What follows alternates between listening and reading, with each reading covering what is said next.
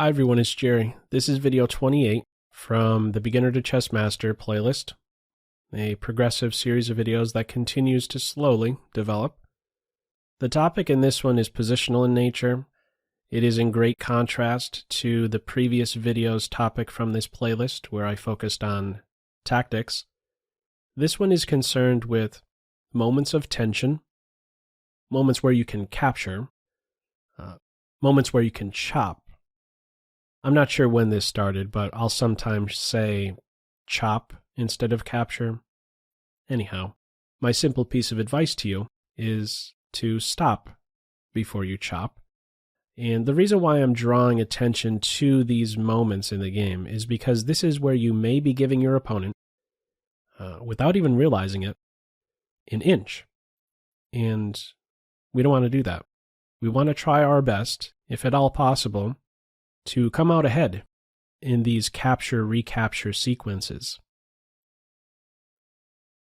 The examples I share with you are primarily focused on even-ish positions. White is slightly better, maybe black is slightly better. What we can observe in the game quite often are changes in the assessment depending on the decisions we make in moments of tension. By focusing on this area of the game, it's going to help me to simply open up a positional dialogue. I'll be able to share some of the factors that go into, some of the positional factors that help me know who is really the side who is benefiting with the capture-recapture sequence. Here's the thing. There are plenty of cases where you are rewarded by being the one who recaptures. There are plenty of cases where you are rewarded by being the one who is just a little patient in initiating the capture. We want to try our best to come out ahead, if at all possible, in those moments. One final note before I dive into a ton of examples is the phrase even exchange. When you hear that, what comes to mind for you? Even exchange. What's that? Knight for knight, rook for rook, pawn for pawn, right? For some of you, it may be helpful to no longer include that in your vocabulary, the phrase even exchange. For some of you, it may be helpful. Why do I think this? Well, I think it will immediately force you to think more critically in the game. It's going to force you to see a rook for rook exchange and question, you know what? There are no even exchange.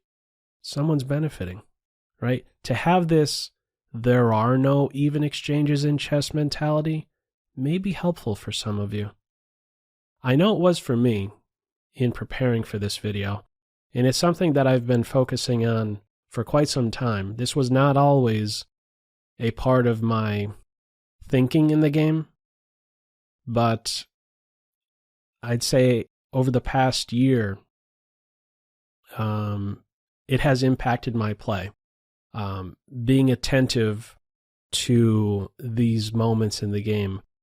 It may seem insignificant to some of you, these examples I share. It's like just a tiny shift in the evaluation. It's never too early. Regardless of where you are in your playing strength, it's never too early to not give your opponent an inch, okay? So I think that's all the intro I wanted to give. I think we could go right after these examples here, this one here being the first. So I think in nearly every example I throw your way, every position, I'll have some arrow, and this one here is indicating that it is white to move. And you could treat this arrow as quickly asking the question, would you chop? It's white to move here. Would you chop? Would you take the black queen? And feel free to, pause the video and come up with an answer. Would you chop, yes or no? If yes, have one reason, at least one reason why you would do that. If no, why not? And on top of that, well, what might be something better? Okay? So let's go right here. White to move. What would you do? Would you chop? Excuse me. Hopefully no. it's not a good idea to initiate the exchange here because black is taking a rook that's on a closed file to an open file. And before you know it, this rook is going to be attacking this pawn. And good luck white trying to defend this, right? The rook can very easily now, let's just say the king moves over, the white rook can now very easily find itself, having to defend a pawn. You can move this guy here and then this, and we have a case of what? A very active rook versus what is known as a passive rook, a strictly defensive piece. So there's no benefit in initiating the exchange here. What would be better? Okay, this rook that was on A1 wasn't doing anything. Let's get it doing something. It's not an open file. Okay, let's continue. Same story here.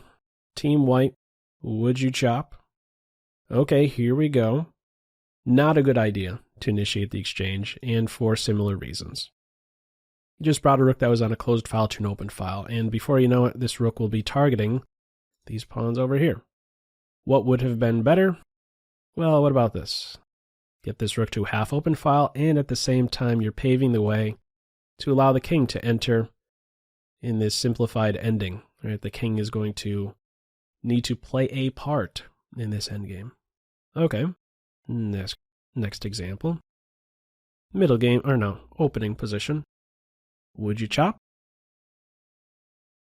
No, not a good idea to take the queen here because you're simply helping black to recapture and develop a piece. What would be better? Well, let's get on with development. You develop and say, well, you capture me. That way I can slightly improve my knight. It's in the key 16 squares. And I'll often like to describe my pieces in this way. I like to describe the knights as, well, this is now a 4th rank knight instead of what was a 3rd rank knight. Usually better to have a 4th rank knight than a 3rd rank knight. Anyhow, moving on. White to move here. Would you chop the knight? Okay, here we go. Now, it's rare that I'll have examples where the bishop is has the opportunity to take the knight. Most examples will be, pawn for pawn, knight for knight, rook for rook, queen for queen, bishop for bishop, but not this imbalanced exchange. Just a few concerning this exchange. Would you take the knight? Hopefully no. There is no benefit. First of all, the bishops are slightly more valuable than the knight. And the other thing is that you would simply be helping black to recapture and improve a piece. And I think of the two recaptures with the piece, this is the better one because the knight is now from black's perspective, a 3rd rank knight. It's in this key 16 squares of the board. No benefit in initiating this exchange. Something better, back off, h4, f4. Okay. Another thing, when I'm considering this capture, one of the first things that crosses my mind is, I look at my opponent's, the piece that's going to recapture, and I think to myself, is it recapturing and moving forward? If the answer to that is yes, that's automatically, that gives me pause to maybe reconsider. Now, I'm not saying that it is always going to be a positive if your opponent is able to recapture and have that piece move forward, but generally speaking, if your opponent is recapturing and that piece is moving forward, I think you'll find very often that is an improvement for the piece. Okay, let's have a look at another example. This one here where I just inserted a couple different moves. So in that last example, the bishop, would you chop on this square? Would you voluntarily capture the knight? The answer was no there, but what about a situation where the bishop is under fire? You still going to take the knight and, get that move back? Is it important in this position for white to, let's say, have that next move? Or is it more important to maintain the bishop? The answer here, more important to maintain the bishop. Bishop is more valuable than the knight. Back off to h4, back off to f4. If this knight was pinned to the queen, I would be that much more inclined to go to h4 instead of f4. I think I would still go to maybe h4 here, but the main point is that capturing the knight here is not a wise choice. Knight recaptures and loves its position. Next example. All right, what about this one? Would you chop? Okay, here we go. It is a move, and the reason why I'm putting this one up right after those last two examples is because Black, with this capture, at least gets something in return. At those last two examples, Black was simply recapturing, and that recapturing piece was improved. It was helped a tiny bit. With this sequence, Black can at least say, aha, White now has doubled pawns. Not always a bad thing.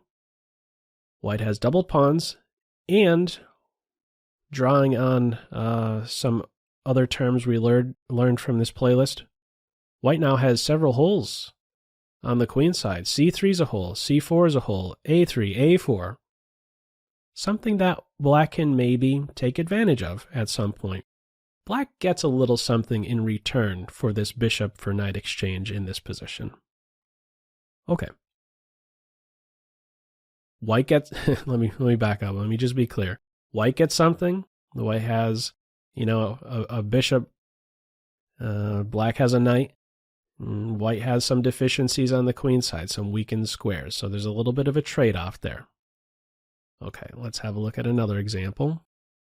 This one here, would you chop? C5 takes D4. Here we go. No, not a good idea to initiate this exchange because White is able to recapture with the C-pawn. Taking towards the center is usually a good idea. Pawns that are in the center tend to be more valuable pawns. Also, pawns tend to increase in value with every rank, every step forward. And on top of this exchange, this recapture, you'll note that White is undoubling these pawns, which is usually good news to have your pawns straightened out. They're now undoubled. So not a wise choice to do that. What would be a better move? What about d6? Supporting this guy, being in a position to meet a capture with a recapture. And now all of a sudden White would have double isolated pawns, and that's usually something to that usually is a great deficiency in a position. One other note regarding the pawns is that sometimes I like to say the following to myself. If Black is capturing like this, White is recapturing. What two pawns have been exchanged just now? Black pawn on c5 has been exchanged for the white pawn on c3.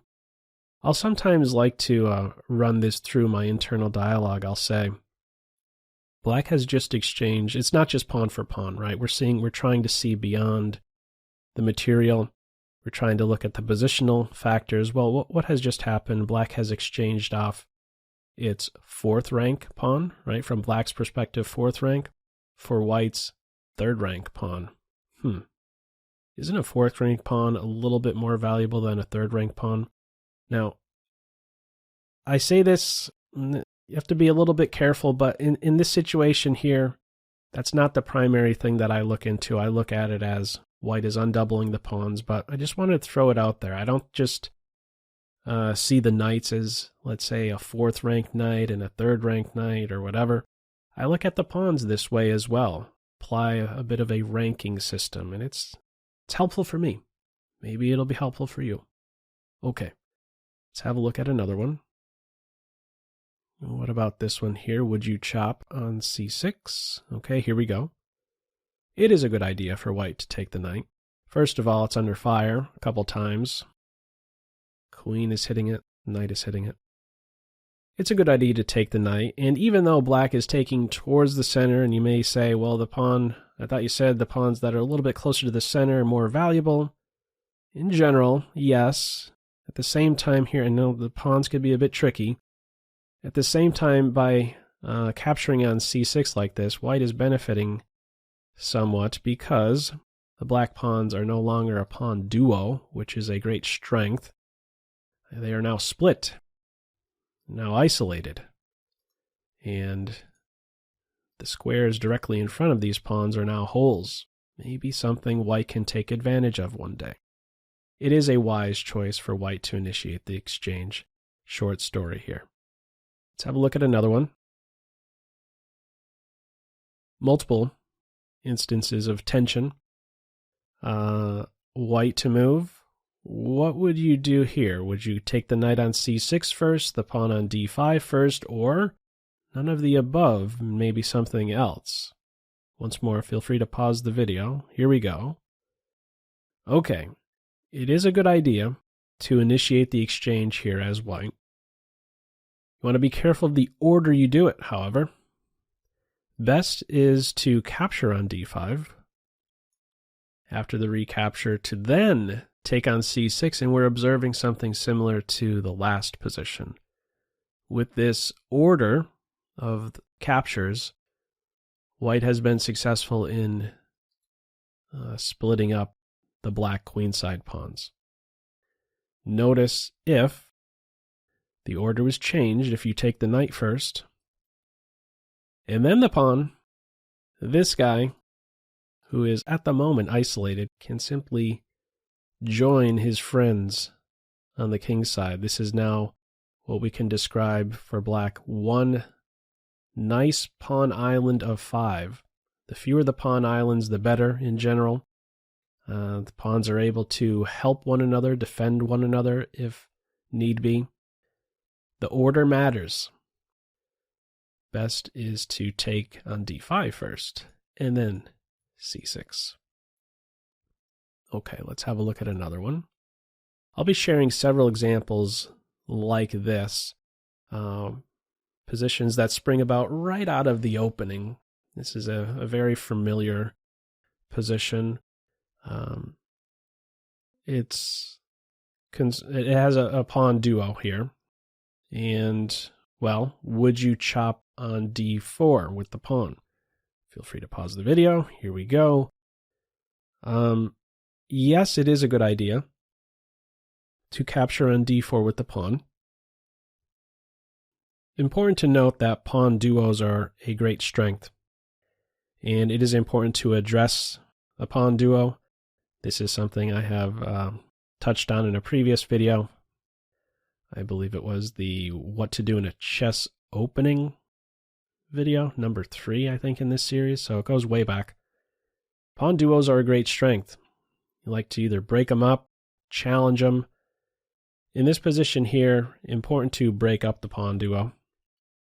Even though white is able to recapture and improve this knight.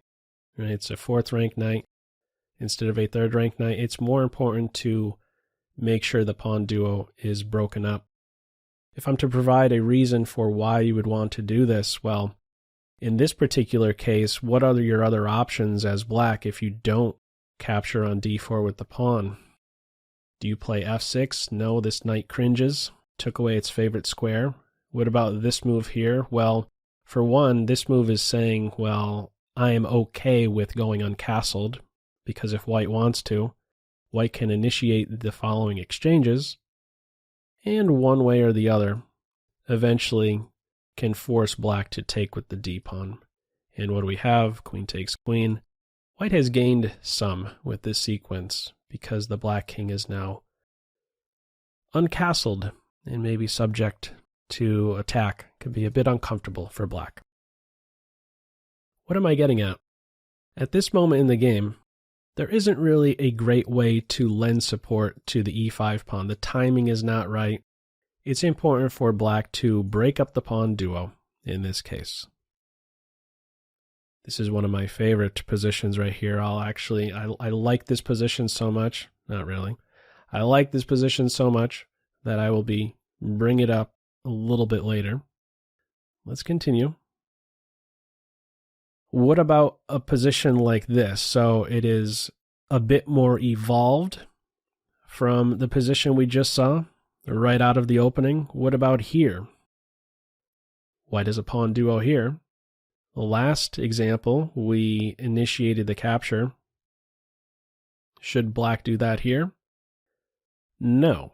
Notice in this position, there isn't this drawback like in the last position where black, if they tried to support the pawn on e5, would end up one day going uncastled.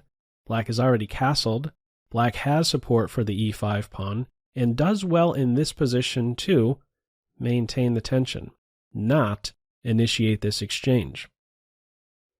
One quick reason to maintain the tension is because, well, what would you think is being accomplished by capturing like this? White's going to recapture with the pawn, and there's still going to be present a pawn duo for white. And on top of that, this knight is a little bit, this knight is a little happier because it now has access to the c3 square. Black does well to maintain the tension, right? Initiating this, another way to view it, is that the black pawn that was on e5 has been exchanged for the one on c3. A fourth rank pawn has been exchanged for a third rank pawn. White does well to maintain the tension here. Do something else. What might that something else be? Maybe rook to e8. Getting it to a file where maybe at some point this exchange does happen and the rook can be brought to life here on the e4 pawn. Sometimes there may be this concern, well, what if the pawn goes here? This is getting a little bit more involved. This is a pawn that will eventually come under fire. I really don't want to go too much further down this path. Eventually you will see a move like c6, and this lesser rank pawn will be soon getting rid of this d5 pawn. It'll be a pawn that cannot be maintained for white. Anyhow, the short story, without getting too involved in each of these examples, is that black does well to maintain the tension here. Let's have a look at another one. Favorite example. Quick story here. I observed a tournament where it was a scholastic section, and two games right next to each other. The first 5 moves were identical. This same position came about in both of the games, and a poor decision was made in both games. The same poor decision was made in both games. This is a position I've already shared in a previous video. I believe it was the Element of Time video. Anyhow, quick pop quiz, same one. Would you chop? Okay, hopefully no in this case. Knight takes knight allows white to recapture and the queen is improved. Helped the white queen develop. So what would be better? Well, what would be better here is to get on with the development. So a move like bishop c5 is what comes to mind, and a lot of players wouldn't maybe do this because there's this fear of having the pawns doubled, but this isn't. It's more important not to help the queen establish a wonderful position in the center than to worry about these doubled pawns. These guys can't really be targeted in this position. They're still a fine group of pawns. Again, it's more important to not help the white queen establish this wonderful position in the center. Okay, there are other moves besides bishop c5, queen to f6, which you really have to be a bit cautious about a move like that because you're taking away this knight's favorite square. Anyhow, the idea here, apply some pressure to this piece and say, you know what, no, you capture me. You capture me, and I'm going to recapture, and maybe you could at one point demonstrate that this pawn is actually useful, being a tiny bit closer to the center. Maybe now it's around to support a d5 advance. Okay, let's have a look at another one. This one here, so we're just, one move in to this position. would you chop? Okay, here we go. It's an okay decision to do this, and it's one of the best moves, the best move, I could just say. And it may seem a bit odd to do that with some of the reasoning I've already shared. Well, if you capture here, isn't black able to recapture? Isn't this an improvement? Well, yes, it is. But unlike the previous position, right? Unlike this previous position where once you capture and the queen recaptures, you'll notice there isn't a great black move that will scare the white queen, will attack the white queen, a productive move. If you're thinking, well, can't black go here? You missed a video earlier in this series because you're creating holes. This is not a developing move. Okay. There isn't a productive move that black has in this case to attack the queen. But in this position, it's a different story, right? We initiate this exchange. Yes, we help the black queen, but at the same time, we're going to gain this valuable developing move with an attack against the black queen. And we go on from here. We can now establish a pawn on d4. And eventually what we have is this battle where white has a strong 4th rank pawn versus what is in all likelihood going to be a 3rd rank pawn for black. The thing here is that it is okay. It is best in this case to just go ahead, take the pawn. Yes, I help the queen, but I get a tempo back. I get this, I gain some time back by developing with an attack against the queen. Okay, let's have a look at another one. Another pawn duo. Black to move, would you chop? Okay, yes. Important to do this. If you are not taking on d4 with the pawn, downside will be, well, you might get run over. If you just bring out another knight, this knight will be kicked. This knight could be kicked next. This knight could be kicked right away. Where's he going to go? Back home? e5, where's this knight going to go? Back home? This is not how you play. Okay, pawn duo. It's a strength. Needs to be addressed. It is a good idea to capture, even though white is recapturing and slightly improving. More important to break up that pawn duo. Okay. Next example. Same position. What about now? You broke up the pawn duo already. Do you take the knight? No. You get on with development. You don't want to help improve the queen. Similar position is, a couple positions back. Where, the only difference is in this one, the C pawn is absent. The other one, it was the E pawn. Okay, you wouldn't want to, you only take to a certain point. You break up the pawn duo and then, okay, I'm not going to take again. This is where I'm giving some pause. I'm not chopping on d4. I'm just going to help out the queen. Something better. What about knight f6? Here's a little trick. I might as well throw this in there. Are you afraid of this? You shouldn't be.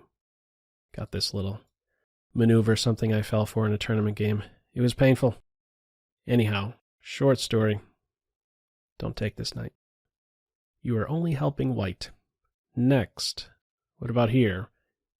Okay, you probably have the idea now. Pawn duos are strong. Let's break them up. Can take. Probably a good idea to do that because what else are you going to do as black? Going to go here. This bishop's not going to be too happy with you. Wants to be able to one day go outside of the pawn chain. You're going to go here. You have to deal with the knight being scared away. Does he know where he belongs? Okay. Important to break up the pawn duo first and then get on with some development. Something like this. We go on. Okay. I don't want to go any further. You get the idea? Break up the pawn duos. Not all the time. What about here? Would you chop? Okay, here we go. Yes, with the pawn. Even though the knight is improved. And then you get on with some development, put pressure on this guy, and we go from here. Next example. What about here? I just want to show you with this one that you have different options. You're playing as white here. You don't have to capture. You can push. You can also support this pawn. Not like this. Gets in the way with the knight. And probably not this either, because eventually this knight will be able to develop with an attack against the bishop. But a couple of different ways you can do, a couple of different ways you can support the pawn on e4 with the knight, c3 or d2. If you're going to c3, you have to deal with a pin that is not easily broken. If you go to d2, you can break the pin like this and rely upon your knight as a defender. Anyhow, I don't want to get too deep into these things, but pawn duo, in this case, I like to many times look at the tension between the pawns and say to myself, which of these two pawns has more options? In this position, it's white. The white pawn, looking at the legal moves, right? It can capture, it can push. Has two options, whereas the black pawn has only one option. It can only capture. Sometimes it's a good idea to maintain the tension in this case. If you're the side here playing with the pawn duo, keep your options open, maybe support the pawn. Anyhow, I think that is something of value related to the pawns. The ones that have more options. It's not much. It's only one more option than black, but it is something. And that something has value. Okay, you have different options here. Defend the pawn, maybe capture, maybe push. Okay, let's have a look at another one. What about here? It's not the best move to initiate the exchange here. You could see that move. This is a common right out of the opening position. There's different moves to make. Knight f3 is a fine move. I just want to highlight with this one that if you're taking and black is recapturing with a pawn, that this bishop has been helped. So I know I'm drawing a lot of attention to just the pawns or the pieces that are recapturing, but let's have a look at what other pieces are influenced when we go forward with this capture-recapture sequence. This bishop now will have, if white is capturing, this bishop will now have 4 new options, right? Not saying, hopefully we're not going to h3, but okay, one of these two is looking pretty nice. Anyhow, what other pieces are influenced by the capture-recapture sequence? I believe black is helped just a tiny bit if white is initiating this exchange. Something better, maybe knight to f3, knight to c6.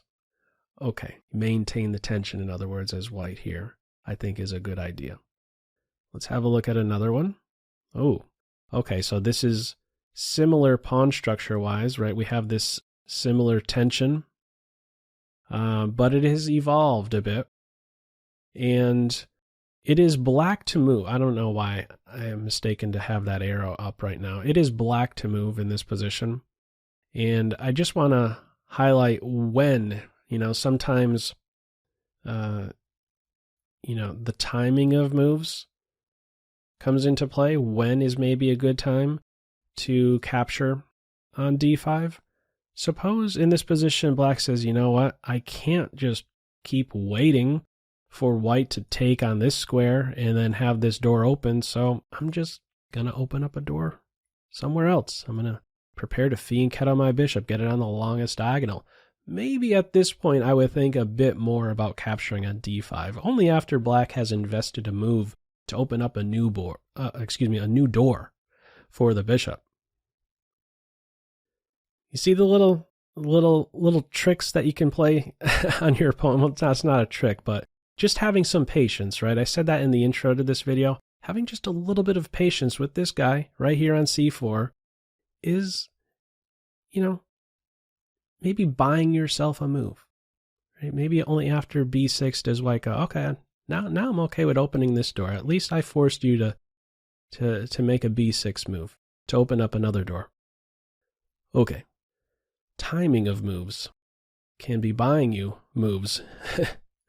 Okay. This one here, white to move. Is it a good idea to chop on e5? No. right now, the black queen does not like being on e7. Or I should say the bishop doesn't like that the queen is on e7. The bishop wants to move, so black can castle. This is an inconvenience for black. It's important to recognize that. If you're taking the knight, you're helping the queen to slightly improve a couple ranks, and the bishop is ready to roll somewhere. What would be better? How about put pressure on the knight and say, no, you take me. Knight takes knight? Oh, thank you. I just get to recapture, improve my queen, develop my queen, and who knows, maybe I castle queenside.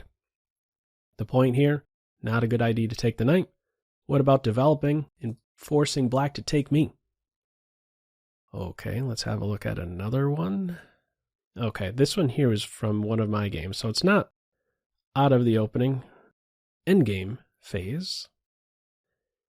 So would you chop on e7? Okay, here we go.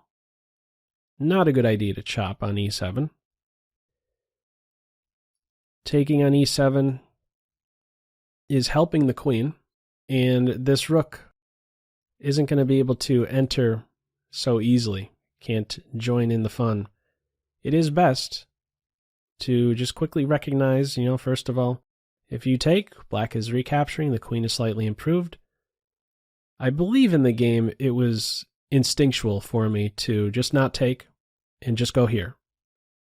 It's not always the case like this, but in this position I believe that that was the case. Rook to a7 turns out to be a real killer, and white is going to go on to win this one.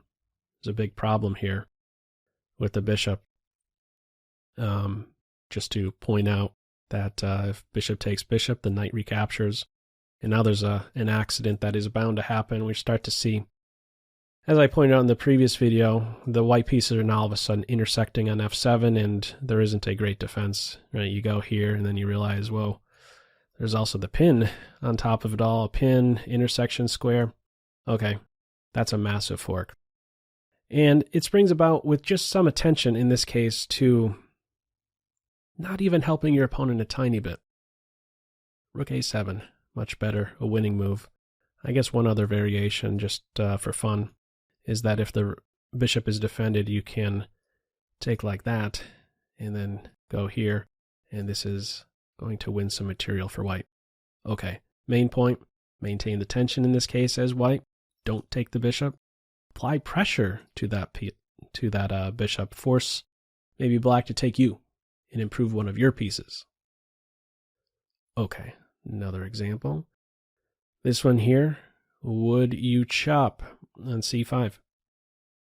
Okay, here we go. Not a good idea to take here.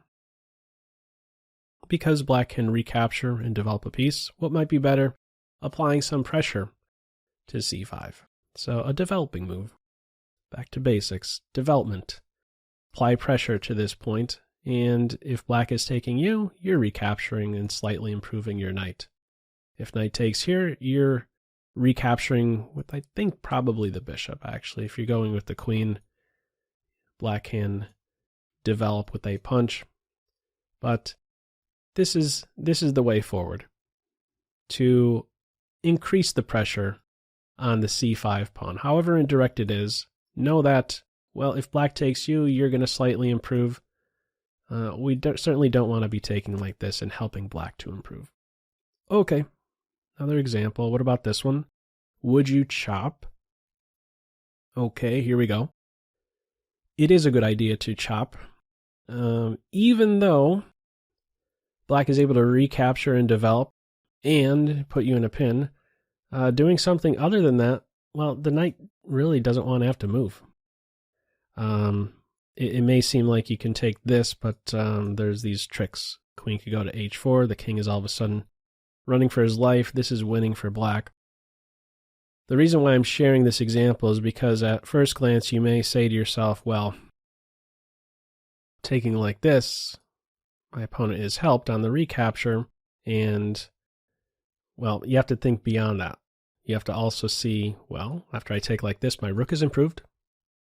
And at the same time, maybe I don't want to move my knight from f3. This is one of the better squares, an important square in this case, stopping queen to h4.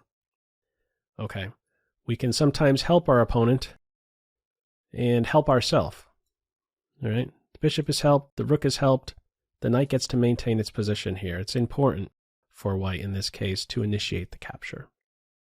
Let's have a look at another one. Okay, would you chop on e4? Okay, here we go.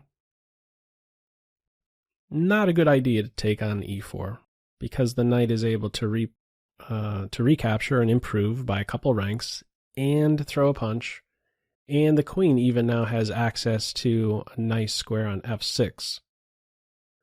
What would be better? Well, white can react and apply pressure to e4. Can go to d2. So it's getting a little bit more involved, to be sure. You may think, well, why not move forward? This knight can now apply more pressure here and maybe now be forcing you to take like this, and once you don't want to allow this, it may be the case you don't want to allow at one point knight takes e4 hitting the queen like this. One of the better moves is, in fact, to apply pressure to this point and say, no, you take me. You take me and help my bishop to improve. There might be a little bit of a battle going on. You see this with, the stronger the player is, I think you'll see these battles go on in a game, this little fight over not wanting to give an inch. In fact, towards the end of this video, I'll be sharing a couple games to a certain extent. We'll find in the games where the tension is just present for an extended period of time. Neither player wants to give an inch. So this could be one example here. The bishop plays to this square. White can maybe keep that tension still and play pawn to b3, or maybe even at this point, it may be quite all right to take on e4 because eventually white is not having to budge with the queen and can carry on with developing, even though there is a threat. In this particular case, it is not an inconvenience to address it. You can continue to develop, have your king there to defend, play continues. Point here is that it is not best to invite this knight forward with a punch. Something else is better. Knight d2 is it. Okay, another one. What about here? Would you chop? Once more, feel free to pause the video. Okay, here we go. Not a good idea to take on b6. And this is something important to know. This is not a liability for black, having these doubled b pawns. This is a fine group, a fine pawn island. Black benefits some because this rook is brought to life. And the same can be said, if, let's say, there's a dummy move made. White would be benefiting some if black initiates this exchange. The rook is brought to life. Maybe even at some point this rook can have some nice lateral influence in the position. But the point here is that it is beneficial. It is more important, let's say, to have an open file for the rook like this than to worry of, oh, my pawns are doubled. There is value in having an open file for a rook. Didn't even have to move. It's on its home square and it's activated. Okay, let's have a look at another one. Okay, this one here. White to move, would you chop? Okay, here we go. Hopefully no, because of this improvement. Rook from a closed file to an open file. Okay, you probably got that one, judging by the, well, I already went through a couple examples earlier. I think the first couple examples were with the rooks or queens in tension. Okay, what would be better? Well, here's something better. Bishop to a6. Put pressure on that rook and say, no, you take me. You take me and help my rook improve. So just a little bit of patience there, applying a little bit of pressure on that rook. Force you to take me. I'm going to improve at the end of the day. And my rook will one day become very active, targeting Pawn on a7, maybe the pawn on e6. Okay, you get the idea. What about this example? It's not a... Well, this one's a little bit different. My question to you with this example is, well, first of all, there's an attack here against b7. How to defend b7? Feel free to pause the video. How would you defend b7? Okay. Important to note that queen b6 is a fine move. Once more, if queen takes queen, even though we can take with the knight, it is still better in this case to take with the pawn and have some rook activity. Taking with the knight, c5, not always a good idea to release this tension to, no longer have pressure on d5, but c5 can be played in this case with an attack against the knight. It's not best to have the knight on b6. Recapturing like this with the pawn is very good for white. This is the best way to recapture. This is the best way to defend against b7. And there should be no fear of these doubled pawns. It's very nice to have this activity for the rook. Now, there's a reason why I'm sharing this particular example, and it's something I'm pretty sure most experienced players can relate to. We've probably all been there where we make the move b6, and we can start to see how this position can, well, it starts to resemble the last example I shared with you, where this square is available for the bishop, and what file is completely opened?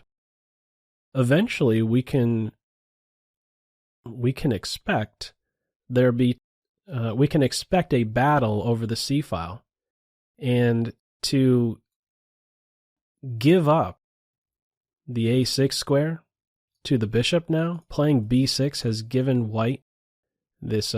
Playing b6 has given white access to a bishop a6 move.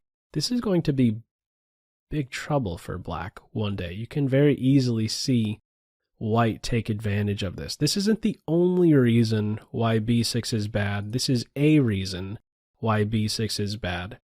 This is something I have experienced, and again, I imagine many others who have enough experience with the game have experienced. This can be painful.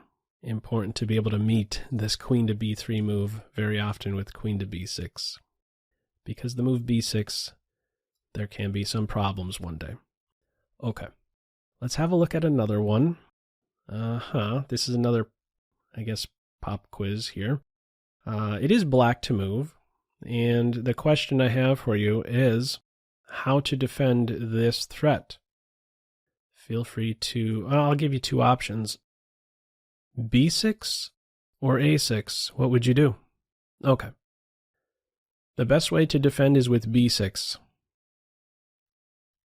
Because if you play a6, similar to that last example, this bishop can go here, and eventually you're going to have to do something you're not comfortable with. Taking, help this rook to improve, and one day it will become very active and fast. And, well, what else are you going to do? You're just going to move off of the file, and the rook is still going to sweep in one way or the other. Best move is to play b6. That way you can still fight for control over the d file. One other example related to this last example, this one here. So let me just be clear. This position right here is one I just shared, how to defend against a7. What about this position? So the only thing I've done is eliminate the rooks. So just for fun, I guess. How do you defend a7 now? Well, with the rooks absent, a6, let me just say, would be my choice. There's no battle going on over the d file. It would not bother me if the bishop played to b6 next. It's not hitting anything. And I would prefer to keep my pawns out of the line of fire, off of the dark squares in this case. Anyhow, just something that crossed my mind here in preparing for the video.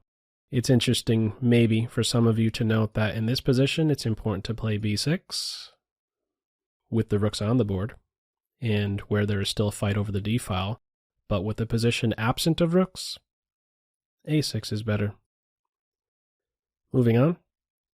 What about here? Would you chop? Okay, hopefully no. If you take the rook, we've been here before. This rook becomes very active, and soon, yeah, it seems like black is going to be really close to winning a pawn.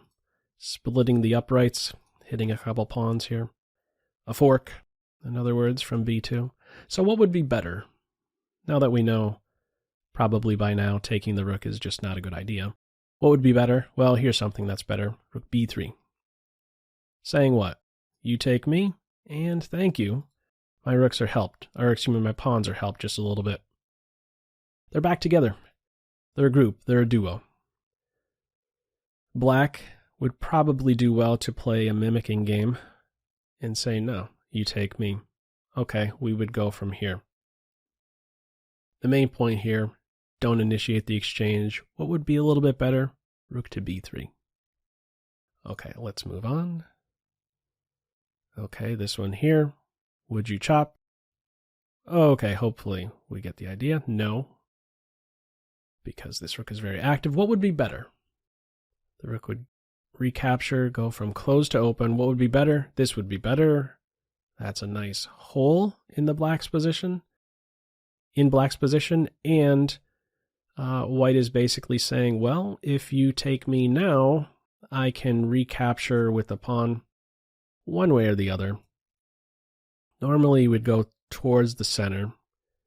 Again, pawns being more valuable in the center most of the time. In both cases, the main point is that white now acquires a connected passed pawn, and this is of value. This is valuable in the game to have a connected passed pawn.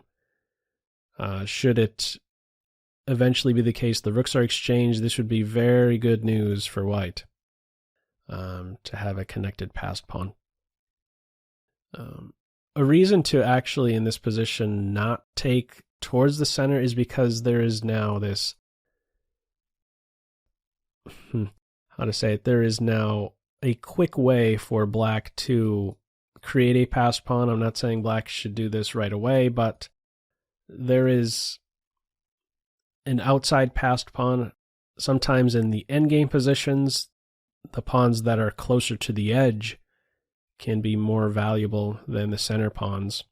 And that has to do with one day forcing the opponent's king to have to run a little bit farther.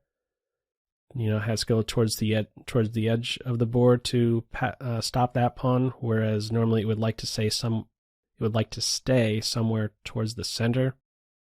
Again, in general, capturing towards the center would be the way. In this particular case, taking away from the center, not allowing black to create a passed pawn on the edge of the board, close to the edge, close to the rook file, is a bit of a better choice. But the main point here, not to get too deep into it, is to not initiate the exchange and to take a step up and be in a position to recapture, and in this case create a connected passed pawn should black take. And it may be one of the better moves actually for black to go ahead and initiate the exchange. Otherwise, white's going to control, have two very active rooks. Might be best for black to do. But again, main point, this is better than capturing. Okay. What about here? Black to move. Would you chop? Okay, here we go. Okay, by now you know it's not a good idea to take like this. This rook is able to recapture and improve. So what would be better? This is where an important decision here can ultimately result in black having an active rook versus a passive rook. A better move than capturing would be to step up. So you take me, and now I'll be able to one day have complete control over the only open file. Right? The fewer the files that are open in a position, the more valuable they are to control. Right? Only one file open here. To have control over that only open file, that's very important in this case for black. So instead of capturing on d1, a little rook lift in this case, rook d7 or even rook to, rook d6 or rook to d7 would be a better choice for white. And now I like this one because you're in a spot to not only go here, but maybe even triple up and put a ton of pressure on the d1 square. Okay, rook d6, far better than initiating that capture. Let's have a look at another one. Oh, this is one where I was playing as black, and I just want to share this with you because I made an error, and let's see if we could benefit from my error here. I knew, well, here was my thinking in this game. I thought to myself, well, if I just take, the queen takes, I'm helping the queen, even though she's backing up, she's now on an open file. So I said to myself, no, I'm going to go here and say, after you take me, my queen isn't improved. But my opponent replied, I think it was in the game very quickly. My opponent said, yeah, I know what you're up to. c4. So what did I fail to do here in playing rook to d5? Well, one of the things at least, I didn't question the stability of this move. When I played rook d5, I didn't think to myself, can it be hit by a pawn or a knight? I believe during the game I also considered this, but saw a knight. The knight could also play here and put pressure on my rook. But for some reason I wasn't seeing this move. So it's something to take into account, right? If you want to make these kind of moves where you maintain the tension and say, no, you take me and help me improve, you might want to question the stability of that move. Rook d5 in this case is gifting white a valuable c4 move. These guys would eventually like to get rolling against these two. White has a majority of pawns on the queen side, 3 versus 2, and eventually, in time, a passed pawn can be produced. Okay, short story here, rook d5 was not a good move because of the move c4. And if I backed off and went here, white would do well to play knight to e5. Hitting my rook. Okay, moving on. Yeah, so not that I really needed to share that example, but I'm certainly no expert when it comes to I have my own mistakes that I continue to make in these moments in the game, but yeah, hopefully we're benefiting from my error there. Okay, black to move here. Would you chop? Okay, hopefully no. There's no benefit.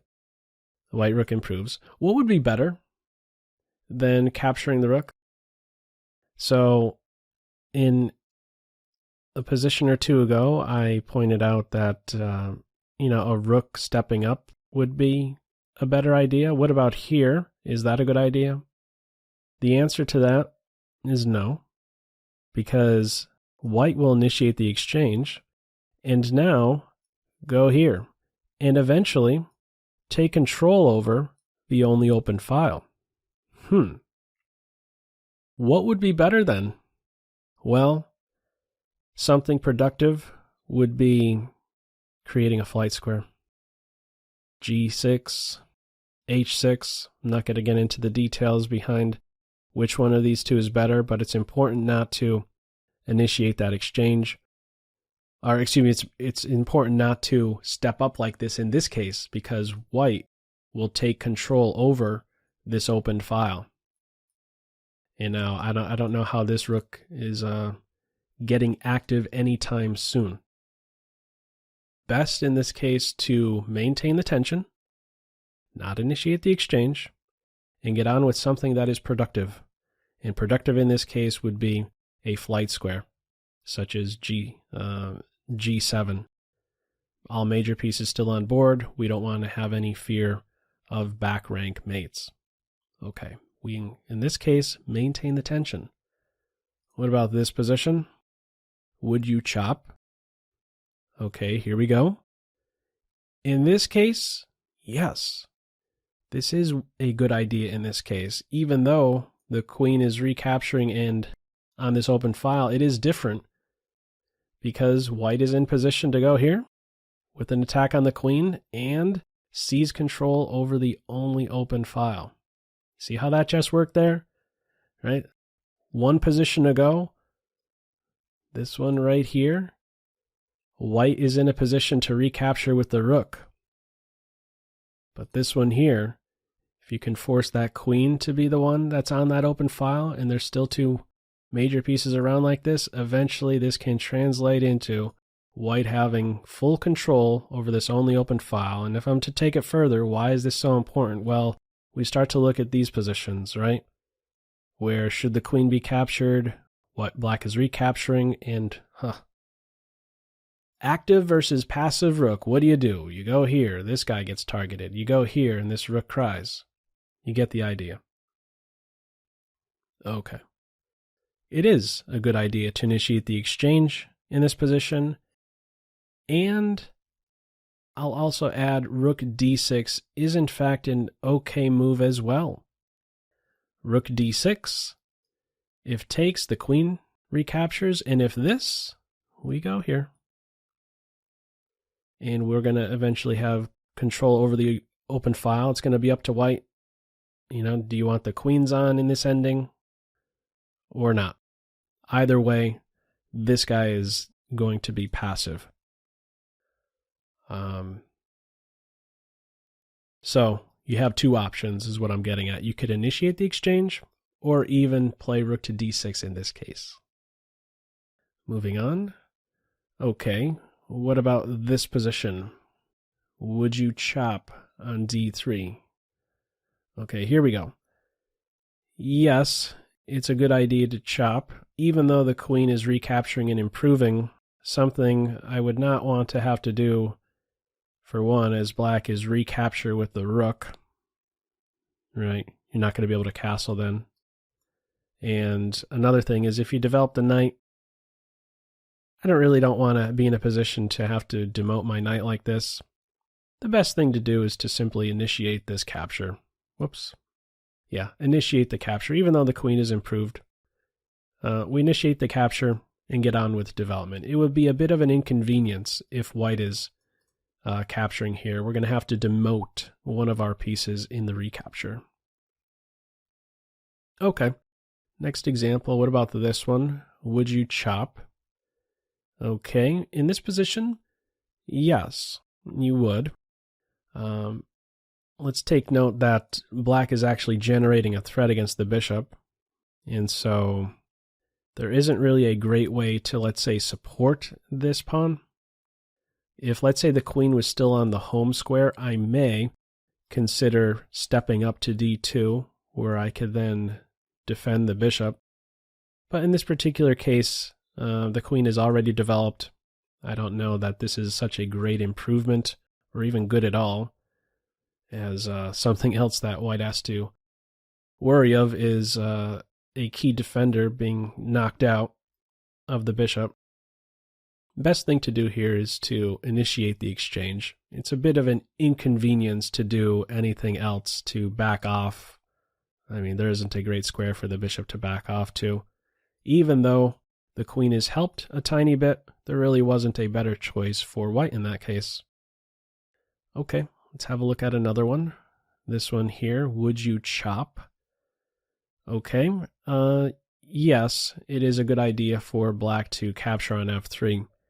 And at first glance, it may appear that, well, why are you doing this? The knight is able to go from rank 1 to now rank 3. Isn't white helped? Well, yes, but at the same time, this bishop is under fire. Is there a great way to defend the bishop? Is it a good idea to maintain the tension? Not really.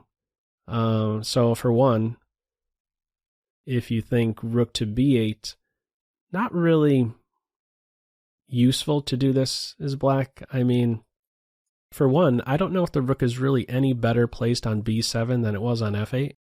I don't foresee the b file opening up. And in fact, there may even be a train of thought that goes something like this. The rook is unprotected on b7 and tactically vulnerable because of that. And from f8, it isn't unprotected. It's best to initiate the exchange. Bishop takes bishop in this case, even though the knight is improving on the recapture.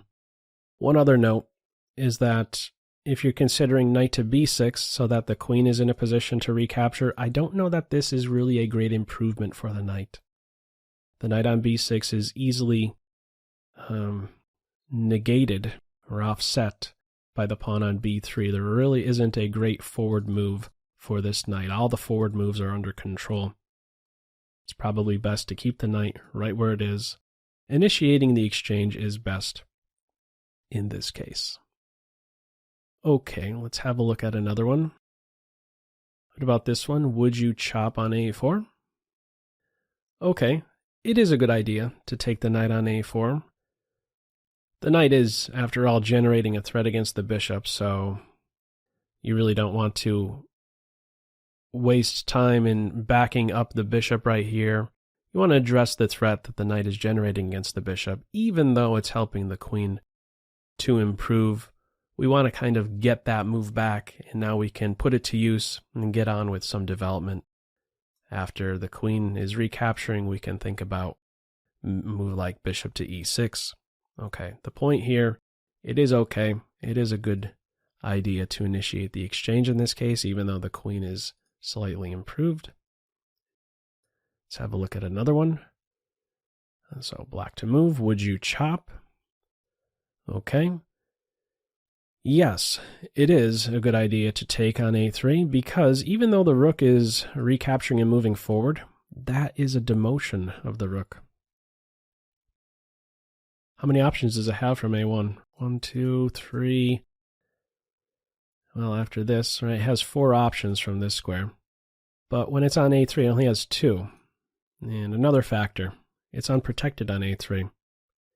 So I said this earlier on, that in general, if the piece is recapturing and moving forward, that's normally, I normally see that as an improvement for that piece. Well, not here.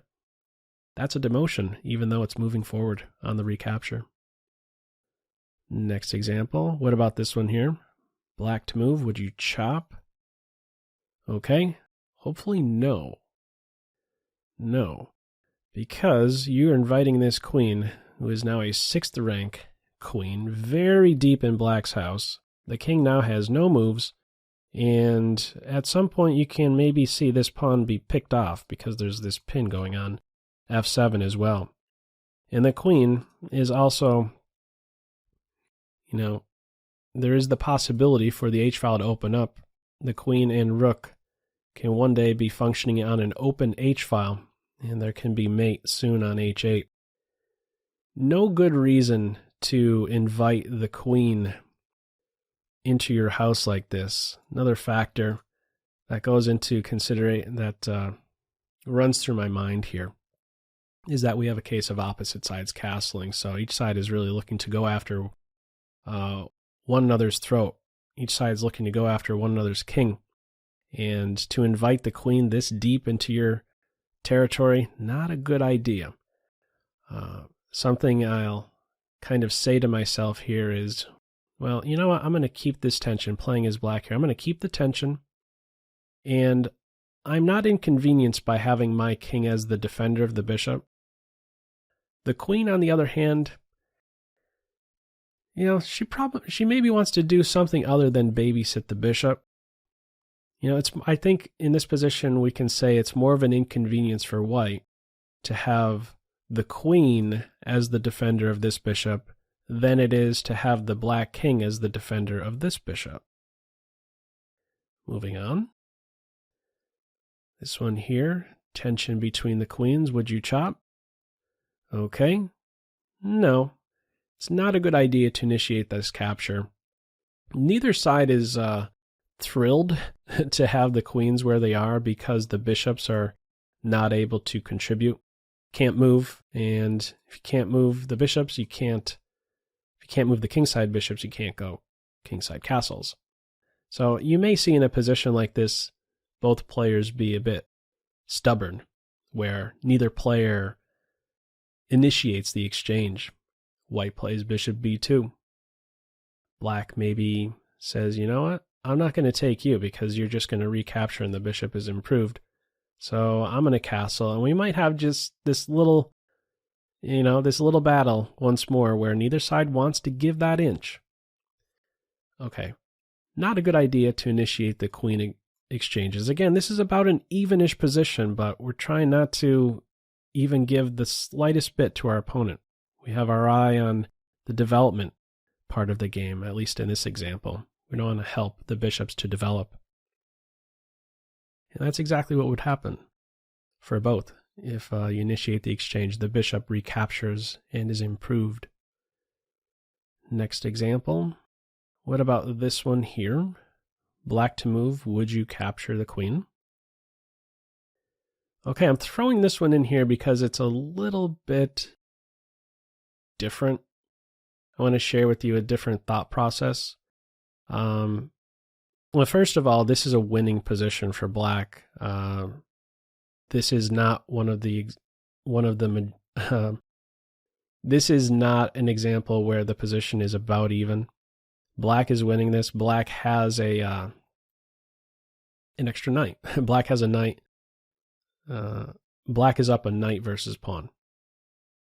Now, objectively, the best move is queen to c7, so not initiating this exchange. But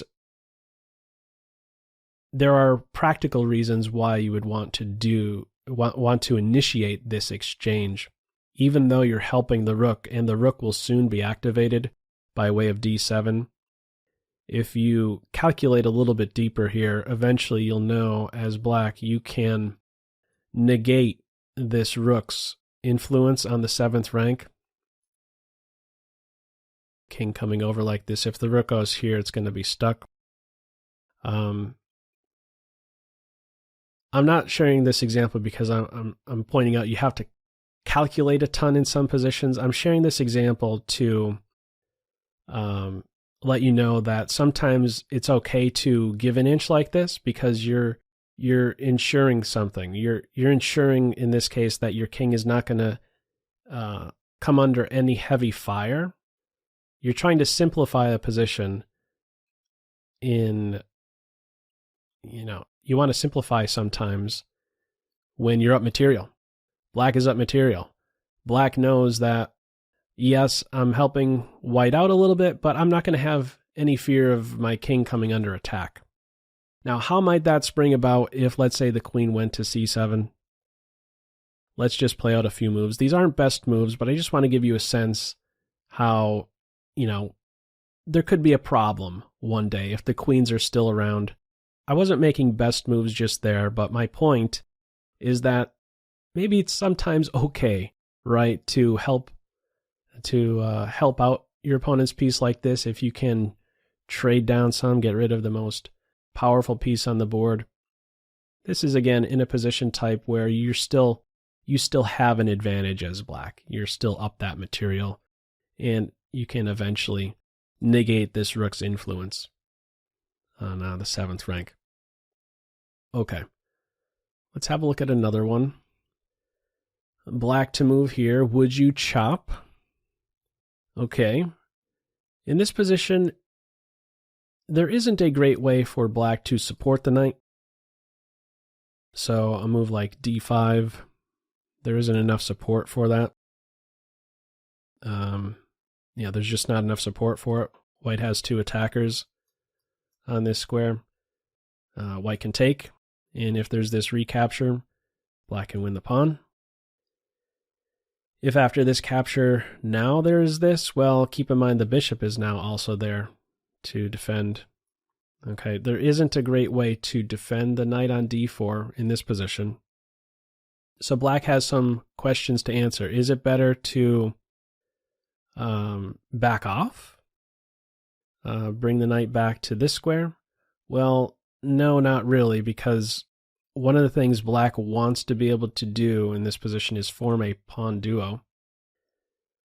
get this pawn up to e5. And if you're backing off with the knight, this guy can make this move difficult, right? If you're playing this move, white can take en passant. And yeah, there's no pawn duo that white has to worry about.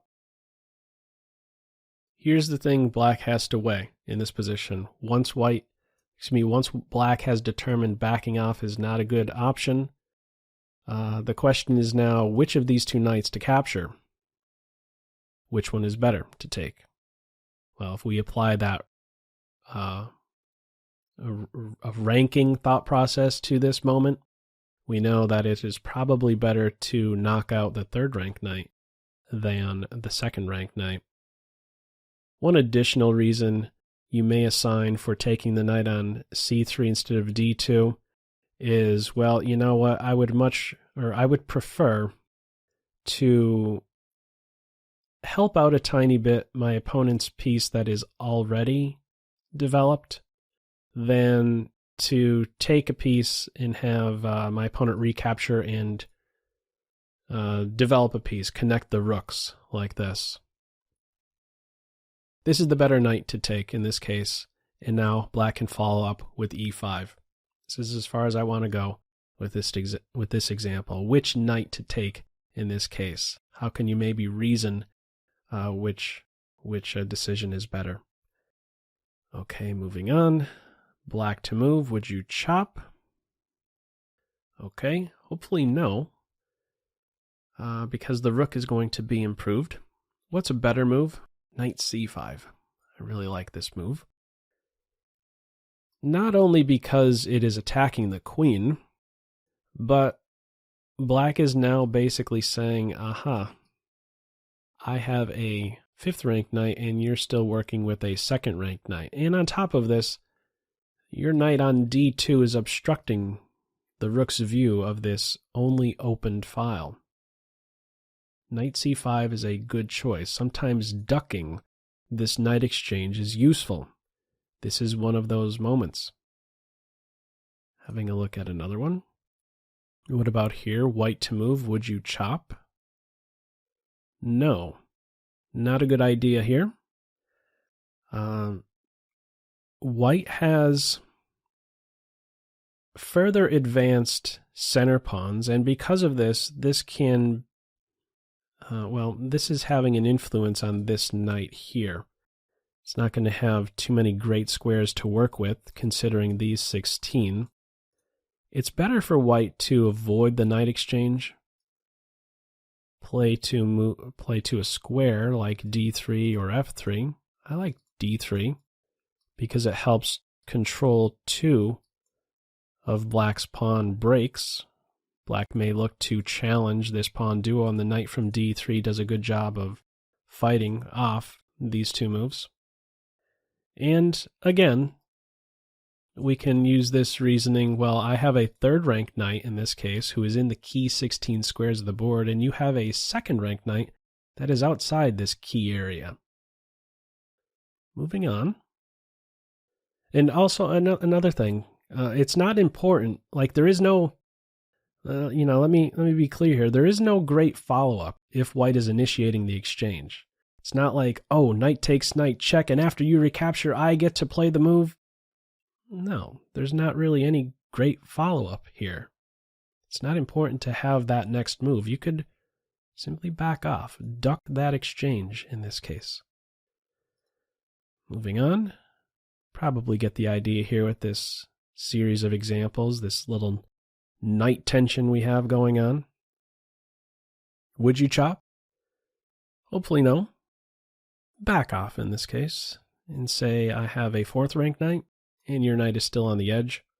And this knight, it seems like it could be maintained for quite some time on that c4 square. Not a great way to scare him away. This is a good move. Avoid the exchange, put the knight on a nice square. There isn't a great follow-up once more after knight takes knight and a recapture. No great follow-up for white. Better to maintain the knights in this case. Great square for the knight on c3. Tucking that knight right behind that pawn is wonderful. There are also other options. Look, every knight move in this case has support of the white pawns. So these are the different things that factor in, to my, that run through my mind at least. Knight on c4 right behind a pawn that is established in black's position. It's very strong. This configuration right here, just these two, focusing on these two, it's very strong. Let's have a look at another one. Black to move, would you chop? Okay, hopefully, well, again, these are evenish positions. It is not best to take on e3. I believe I shared an example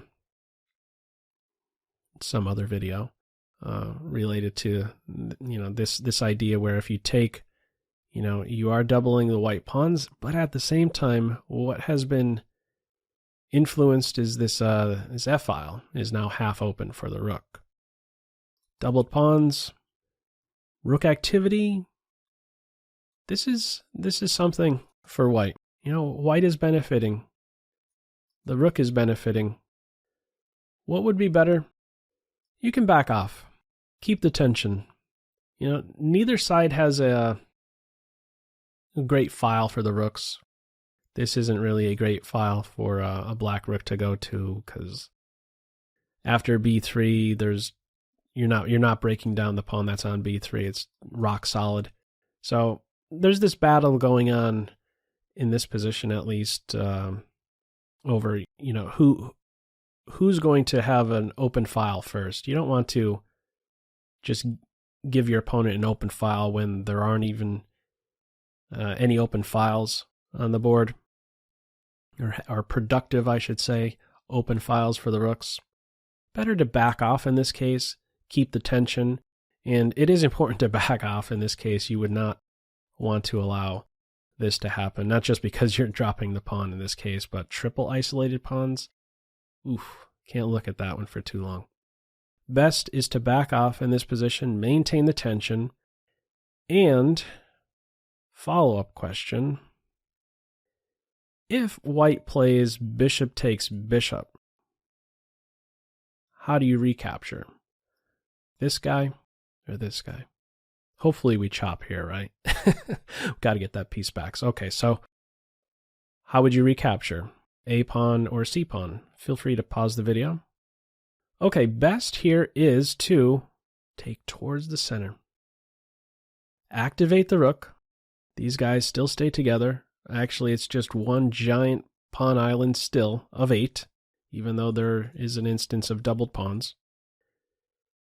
Rook activity is really nice to have here.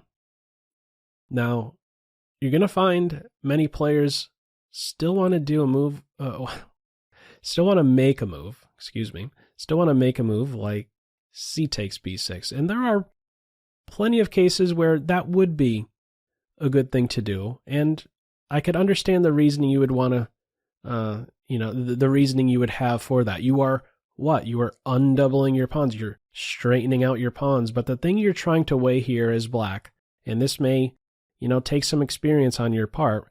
But what you're trying to weigh is it more important to have my pawn straightened out, or to give my rook some nice activity?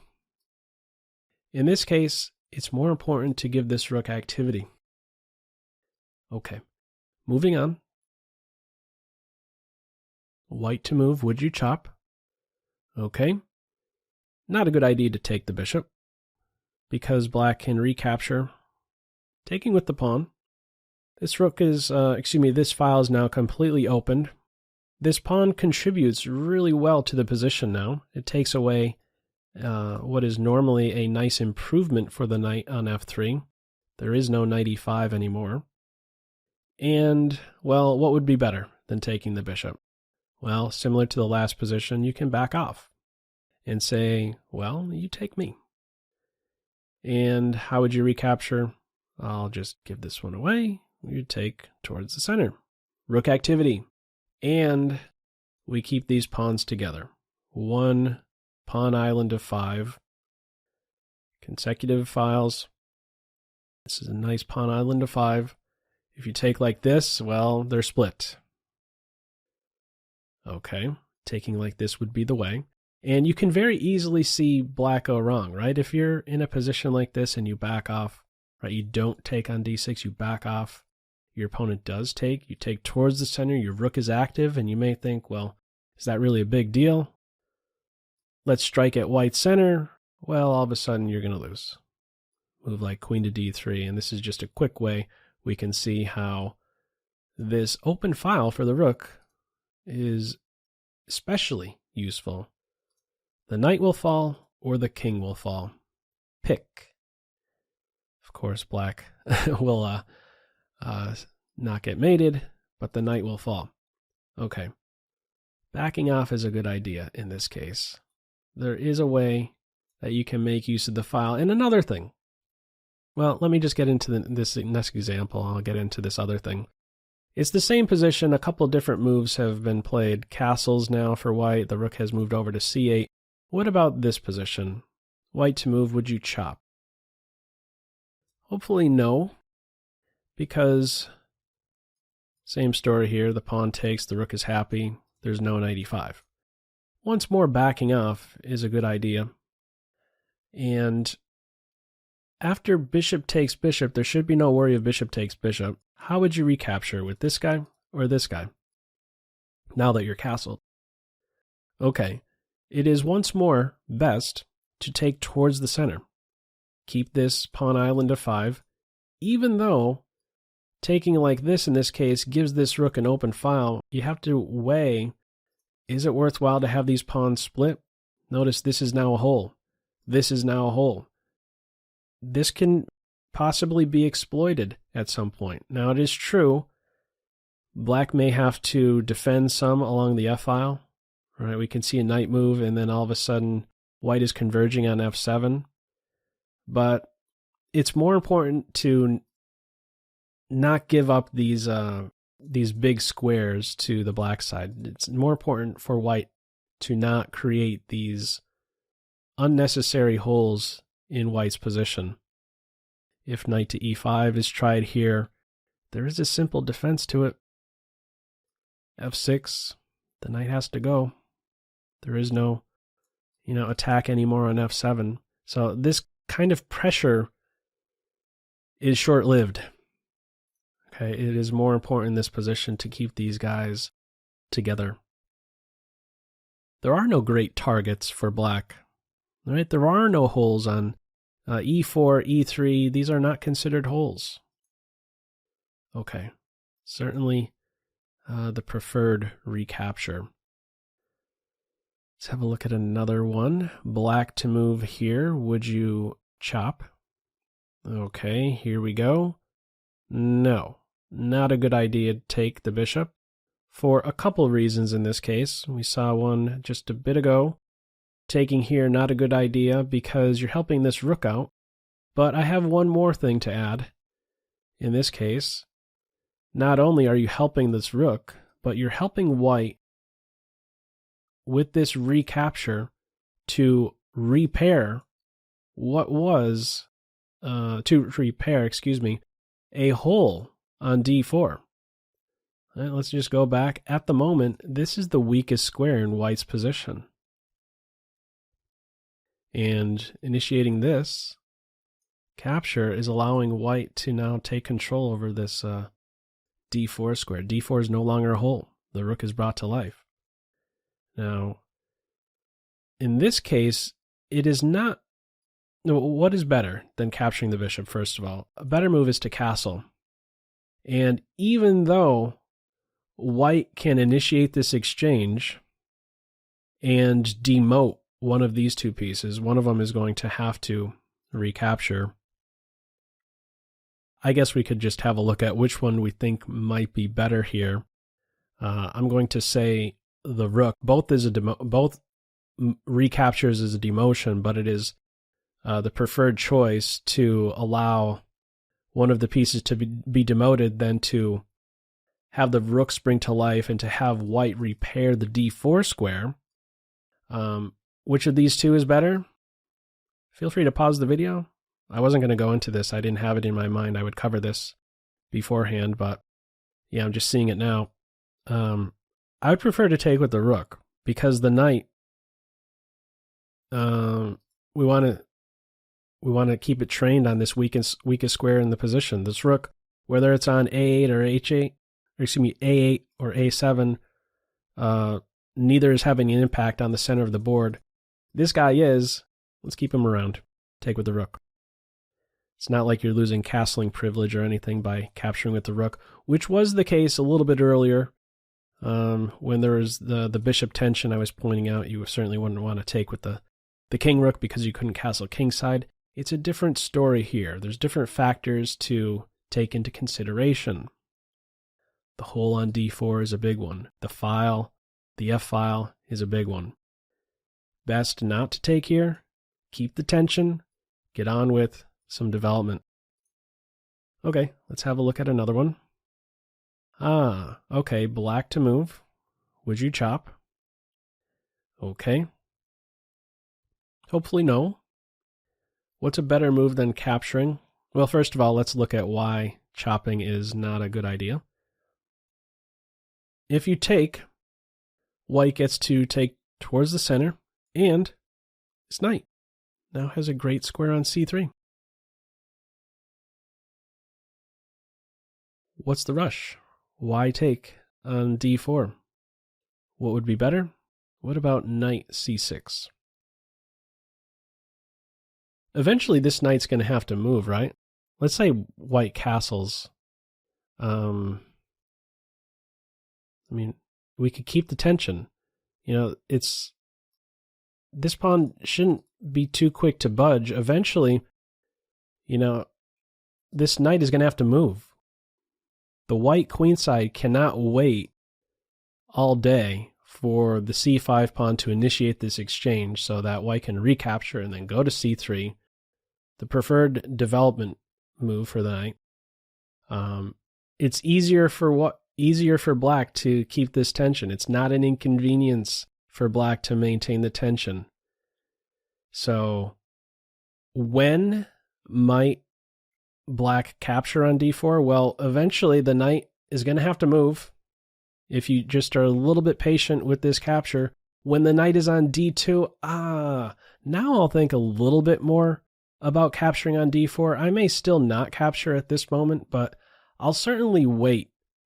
Playing as black here, I'll try my best to wait for this knight to go to a second rank square instead of, opening up c3 so soon for the knight to go here. So this is a little battle that sometimes goes on with the c5 pawn and, playing from black's perspective, the c5 pawn and the b1 knight.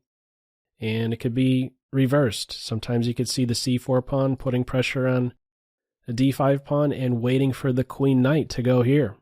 You could have a black pawn supporting. The same thing, just switched, right? There's this little battle going on. A little bit of patience can have an impact on the quality of the queen knight. Third rank knight, second rank knight, a little bit of patience can go a long way. Okay. Oh, another thing about this position. After knight c6, let's just say knight takes bishop. How are we recapturing? Okay, this should look a little bit familiar to you. It's just on the other side of the board. It's on the king side. In this case, instead of the queen side. Once more, we take towards the center. Instead of straightening out the pawns, having this rook activity is nice. And even though we're undoubling the pawns, this is a little bit of a, where is the black king going to be really safe? The king is much more vulnerable without this pawn on f7, it must be said. If you could one day envision a major piece getting to the 7th rank, the king is now cut off. Once you're castled, you're cut off. There's no pawn shield. This is excellent. In fact, let me just go one step further. Not only are you getting rook activity as black, you are opening up a wonderful pocket for the black king. The king is going to fall in love with the g7 square, where it will be shielded from diagonal checks one day, rank checks, file checks, and on top of it all, very often you'll find a king on g7 with this little grouping here king on g7 instead of on this back square, g8. If we ever one day get into some kind of a pawn race, white queens, black queens. Well, when white is queening, white is no longer queening with check. That's another benefit of having the king on g7 instead of g8. Now, I'm throwing a lot of stuff out there. It may seem, well, you may be questioning how realistic is that really? I'm speaking from experience. So the king on g7 with these 3 pawns right here is a great asset for black. Okay. It's a good idea to take towards the center. I wasn't expecting to go into those details with that example. Okay. Should that capture have occurred? Once more, taking towards the center, rook activity. And then some. Let's have a look at another one. Black to move. Would you chop? Let me be a bit more specific with this example. Would you capture on d4? Hopefully no. Similar reason as the last example, because you would be helping this knight to have a nice square now on c3.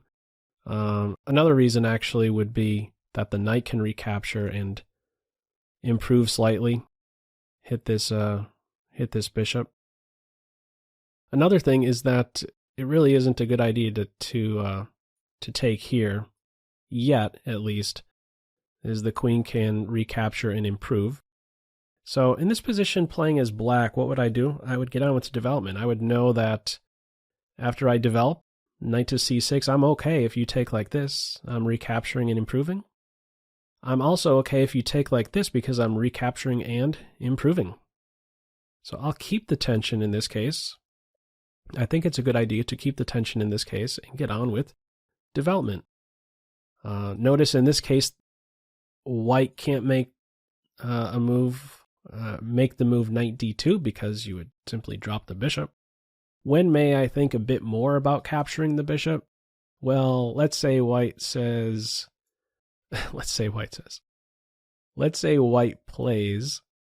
queen to d2.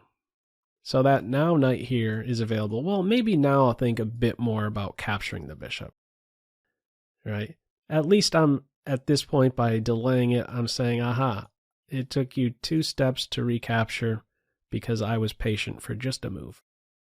Okay. Maybe still not best. You could intensify the pressure on d4 here. Queen to b6 comes to mind. Okay. Let's have a look at another one. White to move here. So would you chop? Feel free to pause the video. Okay. Once more, just a reminder about the pawns in tension with one another. Which of the two has more options is something I look into. The pawn that's on d4 has more options. It can move forward. It can capture. I don't think it's a good option to capture on e5. It is not a good option to capture here, let me say that. This is a very common, I don't know if I should say mistake. Yeah, I'll say mistake. It's not a good idea, let me say that.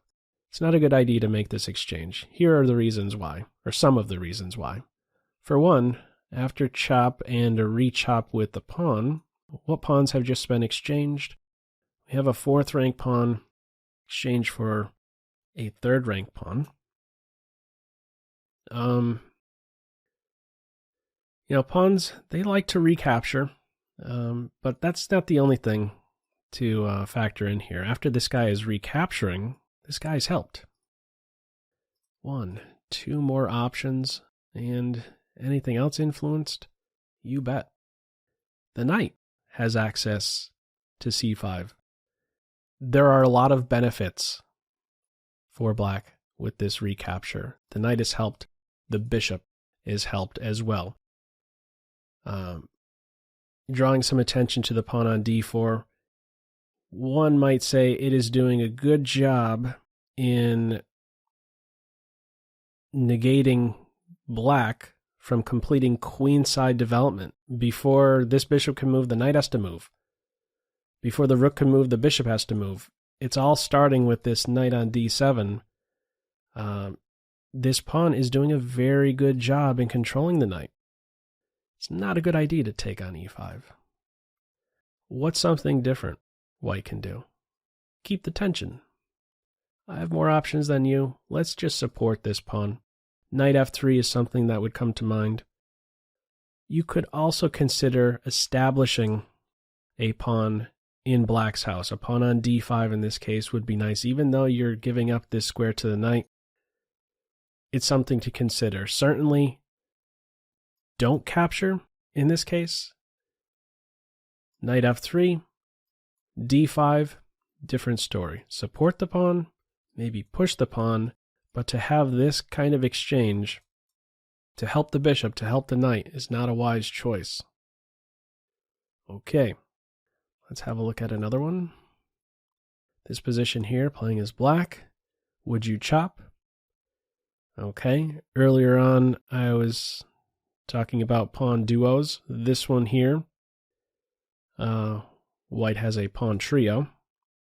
This guy has more options than this one. It's important to, well, break up pawn duos, and in this case, it's important to break up a pawn trio. This one that's in the center usually is the more valuable, or most valuable of the three. It's important to take, even though this knight is being helped on the recapture. If you don't capture on d4 in this case, let's say castles, this bishop is going to have a very tough time. It can be absolutely shut out of the game. This is an absolute rock on d5. Important to break up the pawn trio in this case. Okay, let's have a look at another one. This may look familiar in this position. I shared a position like this a while ago now. This video's going on for a bit. We had this exact position before with the A pawns absent. Okay, anyhow, white to move, would you chop? The answer to that should be no. It's better to keep the tension. Something to note about the pawns. Pawns like to take towards the center. Rook pawns like to attack. Rook pawns like to attack knight pawns. Knight pawns like to attack bishop pawns. Bishop pawns like to attack center pawns. In short, pawns like to chop towards the center. Again, those center pawns are usually the more valuable pawns. When I see this position, I think to myself, the A pawn is stronger than the B6 pawn, or the A6 pawn has more options than the B6 pawn. It can capture at any moment and open up the file for the rook, whereas black doesn't have that available. Black doesn't have that as a positive. The ability, in other words, to initiate the exchange and open up a file when you want. This is a great benefit for white. Now, at some point you can capture. Maybe in some situations you can also push. And a push would normally only be played if you can maybe one day foresee that one of your pieces can have access to the A7 pawn, because then that pawn is going to be especially quick to promote. But the main point in this particular example is to not initiate the exchange, keep the tension, and, well, what would be better than to initiate the capture? Because if you do this, again, we've already had this position where the A pawns just aren't on the board and the rooks are in tension, and we know not to go forward with this. I suggested this with the king then sneaking over. In this position, what would be better? Well, first, taking a step up. Rook to A4, let's just say a bit of a passing move is played. Now maybe it's a little bit different. Now maybe white can say, I'll take, and then double up, and have control over the only open file, so something like this. So with just a little bit of patience, we can have, playing on the white side, some nice rook activity. Or maybe even in this case, just keeping the rook here and keep black guessing. Is white going to capture on b6? Is the a file going to open up?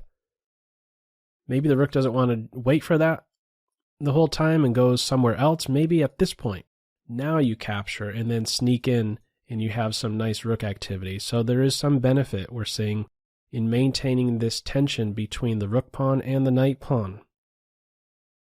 Let's have a look at another one. White to move here, would you chop?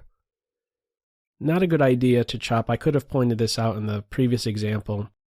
Well, I'll actually just go back for a second.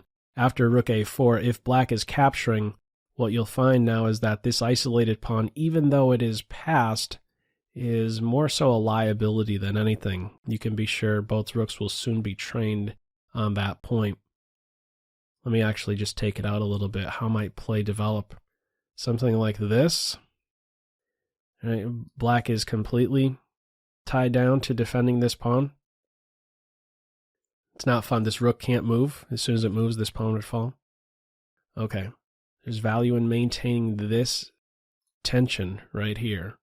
You get to decide as white in this position when the file opens up. Don't be too quick to initiate the exchange there. White to move here, would you chop? Not really a good idea to chop. Similar reason. This guy is now isolated and can come under some really heavy fire. What is better? It's a bit tricky. One might say, well, let's push, and that way I don't have to worry anymore about this tension, or excuse me, about this tension. I have to worry about, oh, is the a file going to open up right now? One move later, two moves later, I'll just play b4. Well, there can sometimes be a drawback, and there is a drawback in this case. In this position right here, b4 can be met with a3, and this is creating, well, how to say this exactly? With a black pawn on a3, is making the white pawns disjointed. They're not able, white wants to be able to play a3 and have this pawn defended. This can now maybe be struck at. Moreover, this pawn is now fixed. This white pawn is now fixed on a2 and is accessible to maybe one day a black rook or certainly this light square bishop. It's a bit uncomfortable for white. This black pawn on a3 has great value. It is uncomfortable quite often if the rook pawn is able to engage with the knight pawn like this. We'll see how we can address this problem in a little bit. I just have a couple more examples first. Moving on to this one here, white to move, would you chop? Okay, the answer to this is hopefully no. Initiating this exchange, well, first of all, the best, let me cover this first. Capturing, why is that not good? Well, it's not good because black can take away from the center. And the primary reason for taking away from the center here is not because, oh, I have an open file for the rook. Look at all these wonderful possibilities over here. There's one key possibility. There's one new move available black really needs, and that is the rook f7 move. Why is that so important? Well, after rook h1, this is the only defensive move black has against h7, fending off checkmate. With a little bit of patience here with this rook pawn. Playing here first, now what does black do? There's no good solution here. Let me just make just a nothing move. This is going to lead to checkmate, right? White is crashing through on h7. By capturing too soon, white is allowing black to have this defensive resource. White has opened up too soon 7th rank defense. Keep the tension in this case is best. Rook h1. And now the threat to take and then smash through on h7 will be decisive. So just to point out, let's just make a passing move. Or excuse me, let's actually just... if you capture, white's taking like this in the same story, the king is going down soon.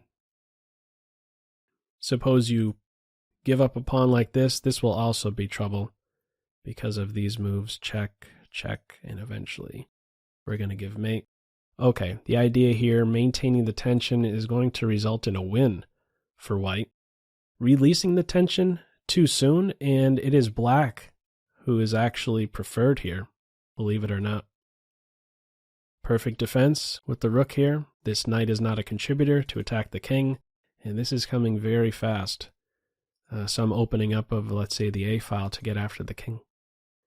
Okay, keep the tension in this case. Question what pieces are influenced if I'm making this exchange. The rook is certainly influenced. Let's have a look at another one. White to move, would you chop? Okay, this should also be a no. Some, I guess some extra credit points for those of you who are already familiar, or for those of you that can share what game this position is from. It's a popular one. I've covered it on my channel.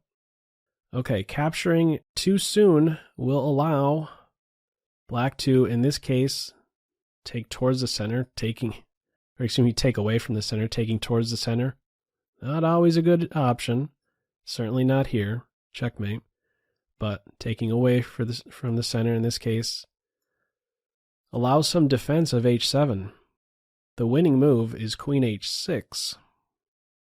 And just to highlight why, well, now we get to, well, after queen h6, what is best? How do you actually defend this?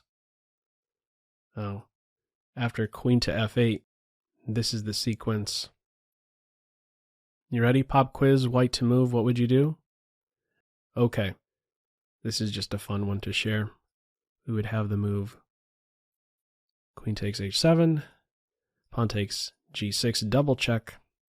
The king goes back, it's checkmate. And if the king takes here, that's checkmate. And this is only possible if, as white, you maintain the tension. Taking here first, and then playing here, what are you even threatening? The rook is defending both. Move order, patience with the pawns, retain the tension in this case.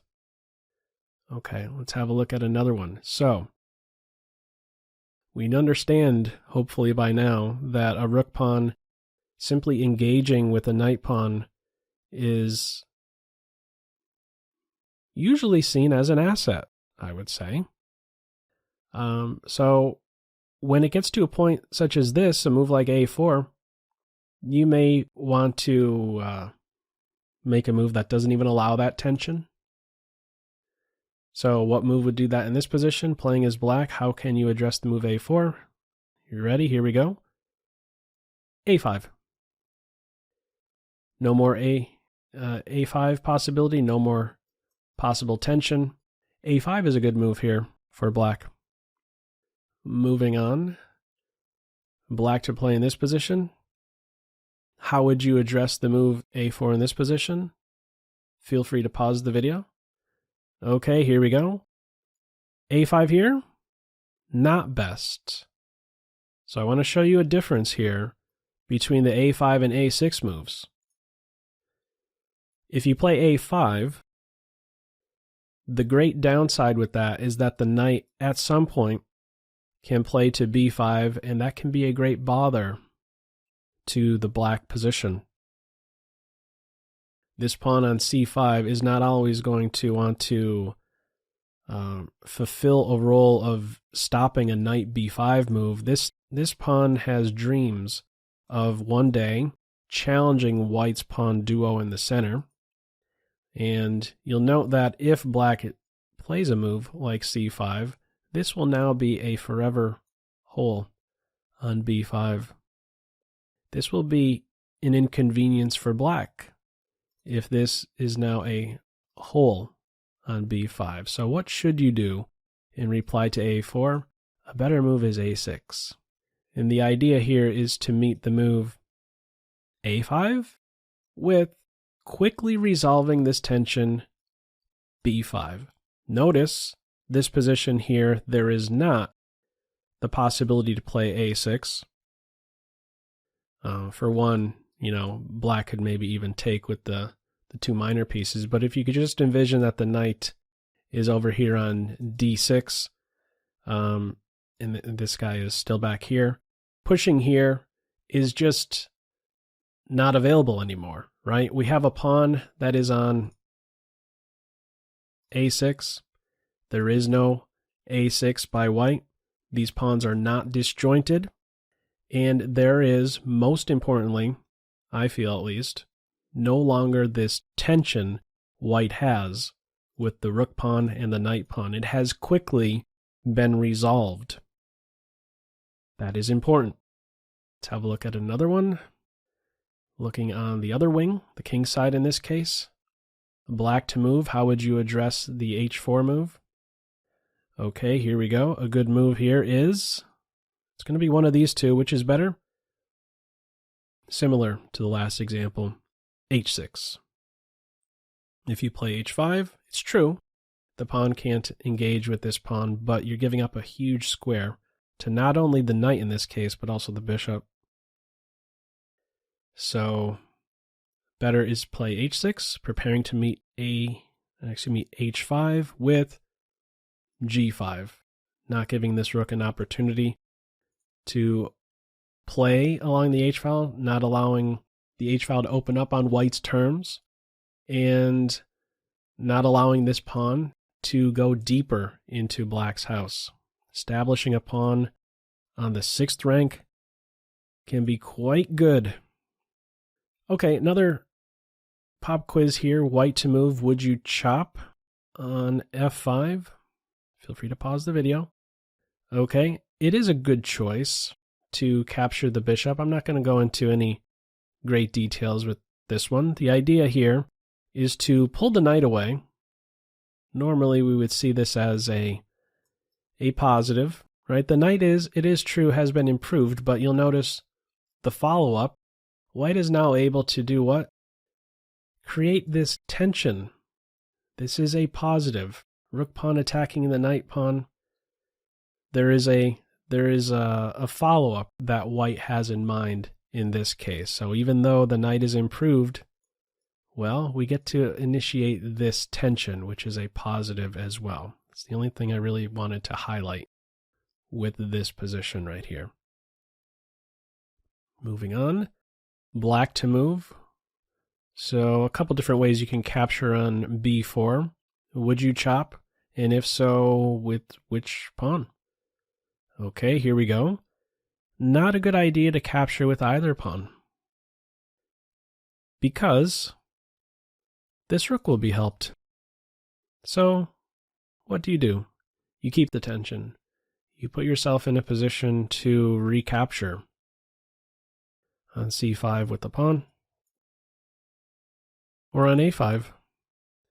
Probably have your pick at this point. The knight or the pawn could be quite good. Another thing to note, actually, with this one, is that not only are you helping the rook by initiating the capture, you're giving up a new square to this knight, who may now look to circle in to a hole in black's position on b5. You're giving up a nice square to this knight, possibly, who is at the moment a struggling piece. This is probably one of the worst pieces for white in this position. I don't know how great this bishop is either. This pawn that's on d4 is having a great impact on the quality of these two minor pieces. Okay, short story, not a good idea to capture. Maintain the tension, be in a position to recapture. Another example, how many more do I have? About 10. Are you still with me? You got great patience if you do. Give yourself a pat on the back. Might be setting a record with this video. I don't know what the clock time is at yet. Anyhow, white to move here. Would you chop? Okay, here we go. So these are getting a little bit more involved. Neither capture is good, just like the last example. Neither capture is good. I want to point out a different move that's available instead of initiating these exchanges. For one, you're giving up a 4th rank pawn for what is a 3rd rank pawn. This is something that weighs into my thinking. There's more to it than that, but instead of capturing on this square, something you can strongly consider playing as white is the following move. G5. And do you see what just happened there? What is this G5 pawn doing? Actually, maybe the better question is, what is the G5 move not doing? I'm exaggerating a little bit when I say it like this. The G5 move is taking away the F6 square from 1 knight, 2 knights, a bishop, a rook, a queen. This pawn on G5 is having a great cramping effect on the black pieces. It is influencing the quality of 3 minor pieces and a couple major pieces. And white is also setting up to one day create this tension with the rook pawn attacking the knight pawn. This may ensure that the white rook will be able to create an open file straight towards the black king. Bypassing this tension, taking a moment here to control the F6 square, this is a great post for that pawn. Okay. Main thing here is initiating the capture, not best. G5 is a wonderful move. Not the only strong move. This is also good as well, but G5 certainly has its points. Just a killer pawn. Okay, let's have a look at another one here. White to move. I don't have an arrow drawn out on this one. Would you chop on F6? Feel free to pause the video. Okay. It's not best to take on F6. I'll just say, first of all, that one of the better moves the computer points out is king to B1. I'm not going to get into the reasons why that is the move. I want to point out a different idea one can have. This is a positional topic here. We're trying to look at what pieces are influenced when we initiate the capture. If we're initiating the capture on F6, you'll note that, okay, the knight can recapture, the bishop can recapture, the rook is now active. You can also start to consider pawn sacrifices. I'm only going to show, I think it's just this one and maybe one other example. Yeah, there's this idea where you can give up a pawn. Okay, this is getting a little bit deeper. This is a deeper idea in the game, but recognizing in this position as white, you know what, if I take here, I'm bringing a lot of the black pieces to life. I'm going to give up a pawn. And even though it could be captured like this, I'll have some security for my queen. This file is not going to open up. This square is not going to be available to the minor pieces. And I can now try to, as white, pursue an attack against the king. We are castled on opposite sides. Material shouldn't be that big of a factor, giving up just a pawn. Maybe in this case, it is one of the better ideas for white to actually go for what's known as a positional pawn sack.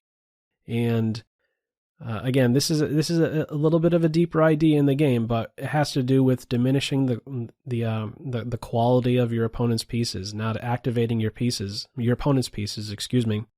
And that's exactly what would spring about if white is initiating this exchange on F6. Okay. Another example here. This is this is a fun little battle. You can, I think I've had firsthand experience with this this move sequence before, probably multiple times. Just want to point out these positional ideas in action. In this position, black is a bit uncomfortable because of this tension white has. White can take at any moment and, on white's terms, open up the A file. So what can black do here? Well, black can play the move B4. Okay, and at first glance, it's like, well, isn't white just winning a pawn? Well, let's see. Let's say after white takes, so this isn't really some pop quiz, I just want to share some of my thoughts about the following moves. After c takes b4, this rook comes over and attacks the pawn. And now black is gearing up to do what? Ready to take this pawn and have a great rook position, be targeting both white pawns. And white right now is up a pawn and does not want black to have this kind of activity for the rooks. So what does black do? Activate the rook? No. White says, I'm going to give the pawn back. And after you capture it, I'm not going to take here. Right, taking here will allow rook takes rook, and black will emerge with a very active rook. Even though the pawn is passed, is it a liability? Is it an asset? It's a long way off from posing a threat to black. White has to go on the defensive. Right? White has to tend to this rook takes b2 threat. So what can white do instead of capturing here? Again, showing the sequence: b4 take, b4 chop, rook b8, b5 chop, and we don't take here, but instead sneak by with a5. Neither side is, this is in the computer's eyes an equalish position, but I just wanted to show you a sequence of pawn moves, rook moves, where we have this little positional battle, each side trying to activate the rooks. Black initially gives up a pawn with b4, hoping that the rook can take here and have this wonderful activity. Right? This is exactly what black would have if they were able to capture on b4. This is a fantastic piece. It's hitting 3 white pawns. But, you give up a pawn. You're trying to get this activity for the rook. White recognizes that, gives the pawn right back, doesn't take, pushes here, gets a passed pawn. It's a nice little battle that went on right there. Taking it a step further, you may see that black tries to make sure these pawns cannot support one another. The b pawn can't support the pawn, and then black can try to target this guy. But the main point here is that there's these little positional ideas that go on. It involves rook activity in this case, a little bit of pawn play, being prepared to give some material back in order to not allow your opponent to activate one of their pieces. Okay, let's have a look at another one. Queen tension. This kind of looks a bit similar to, I think, the first example I threw your way in this video. Okay, white to move. Would you chop? Okay. It is actually a good idea to take the queen here. May be surprising to some to hear that. Taking the queen, I feel, is one of the best moves here, even though this rook is improved. And in order to understand why that's a good option for white is, well, there's some factors to take into consideration for sure. If you don't take the queen, let's say you play queen to c2, I would just like to point out that the black queen posted on this c7 square is fantastic. A black queen on c7 is a full queen. Queen is a multi-purpose piece, and the black queen from c7 is certainly fulfilling many tasks. These two pawns are isolated and conveniently defended by the queen. The queen is also observing e5, which is a square the knight would like to go to one day, so it's making a knight e5 more difficult, a knight e5 move more difficult. And if you want to maybe go one step further, you can say the queen from c7 is eyeing up h2, which is, I believe, the likely flight square for white. White would not like to play g3 and create some light square weaknesses, create holes on the king side. This is the flight square. The queen not only controls the knight e5 move, but may one day be there to take away this this flight square from the king. So maybe there's more stuff. Those are the things that spring to mind for me. The queen would be wonderful from c7, defending the isolated pawns, e5, h2. Best is to actually exchange the queens. Maybe it is now a bit easier to target these isolated pawns. Maybe it is a bit easier to play to improve the knight. Knight e5 is available. It's tricky sometimes. You have to see beyond just this simple recapture. Oh, the rook's improved. Let's not exchange queens. There's a lot more we can be factoring in. These are some. These are some deeper ideas. There's more that goes into it. Okay, let's have a look at another one. Black to move. Would you chop? Okay. Actually, it is an okay idea to chop the bishop in this case. This is one I shared a bit ago, and I said it was not a good idea. But you'll notice that this position is a bit different from the other one. In the other one, we had a case of opposite sides castling. That is not the case here. Taking the bishop in this case, we are bringing the queen in deep into our position, but unlike that other position,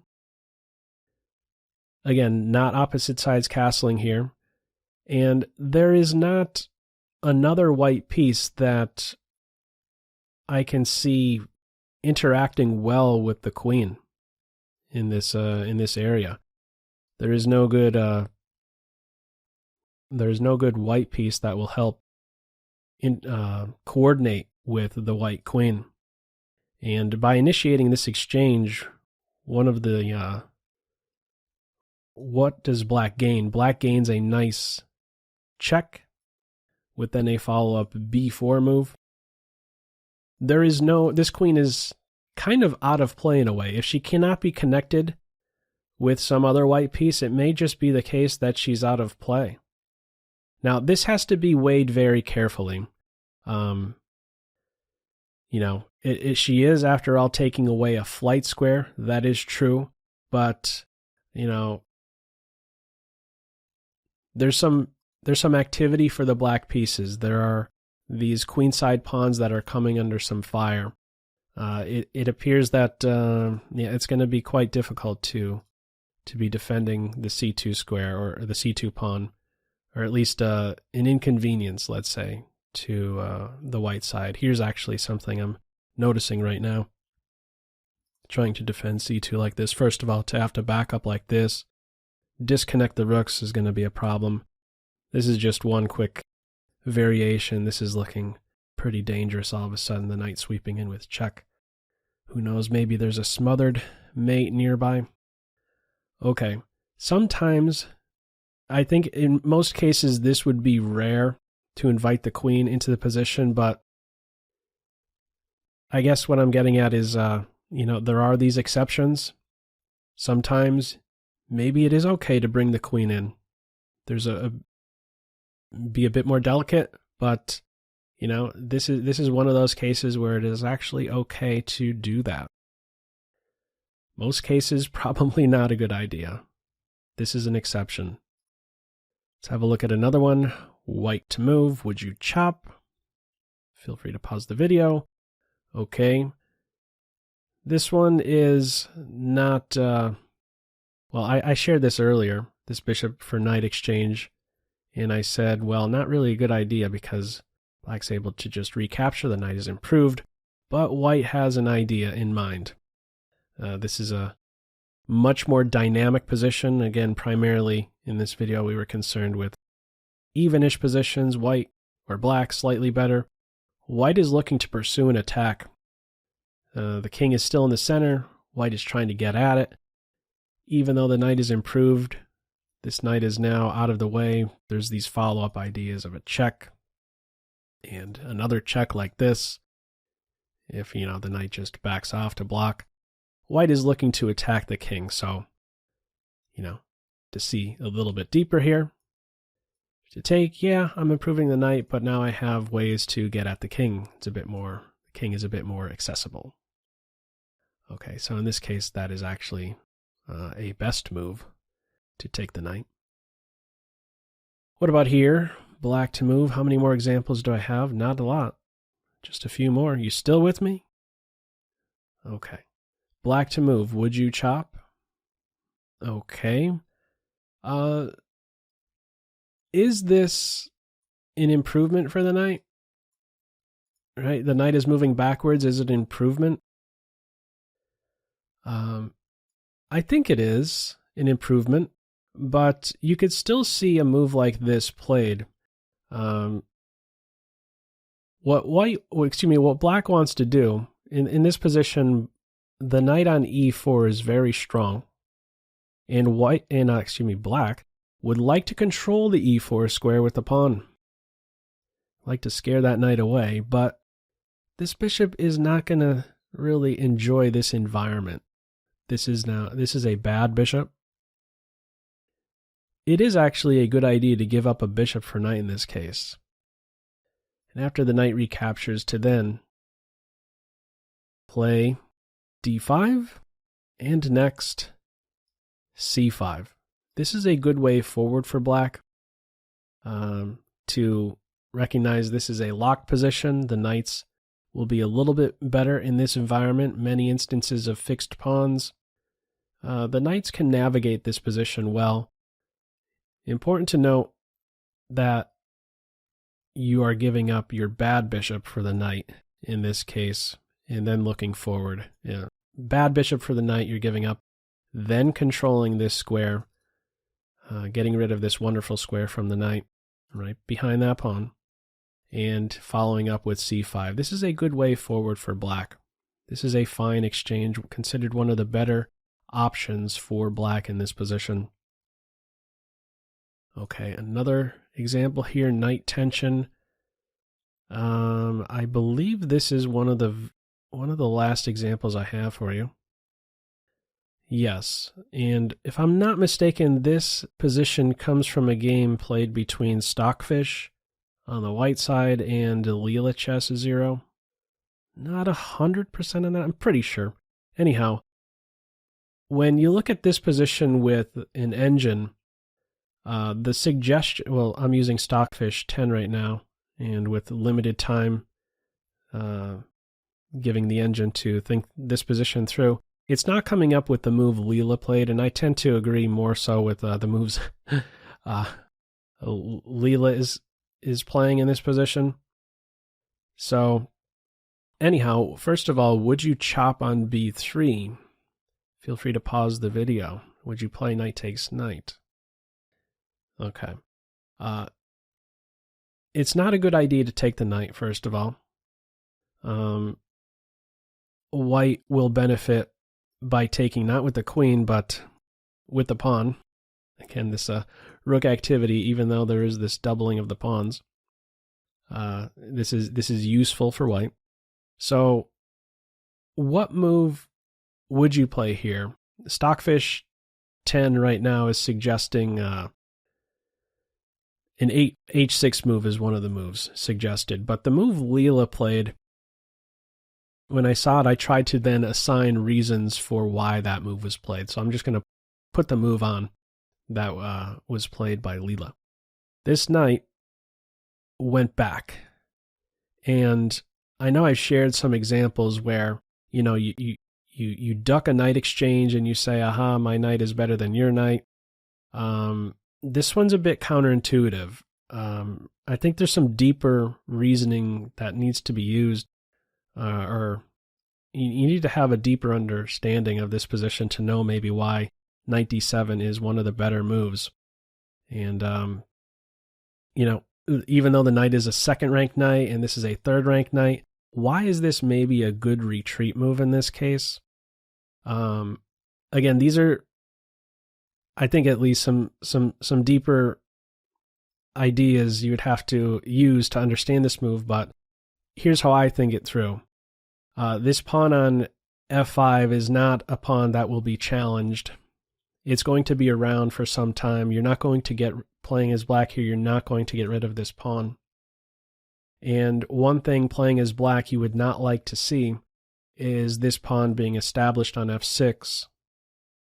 And an approach white may be able to take is to try and eliminate a piece that is getting in the way of this pawn's advance, right? If this pawn could get here and control this square, white has dreams of giving checkmate with the queen.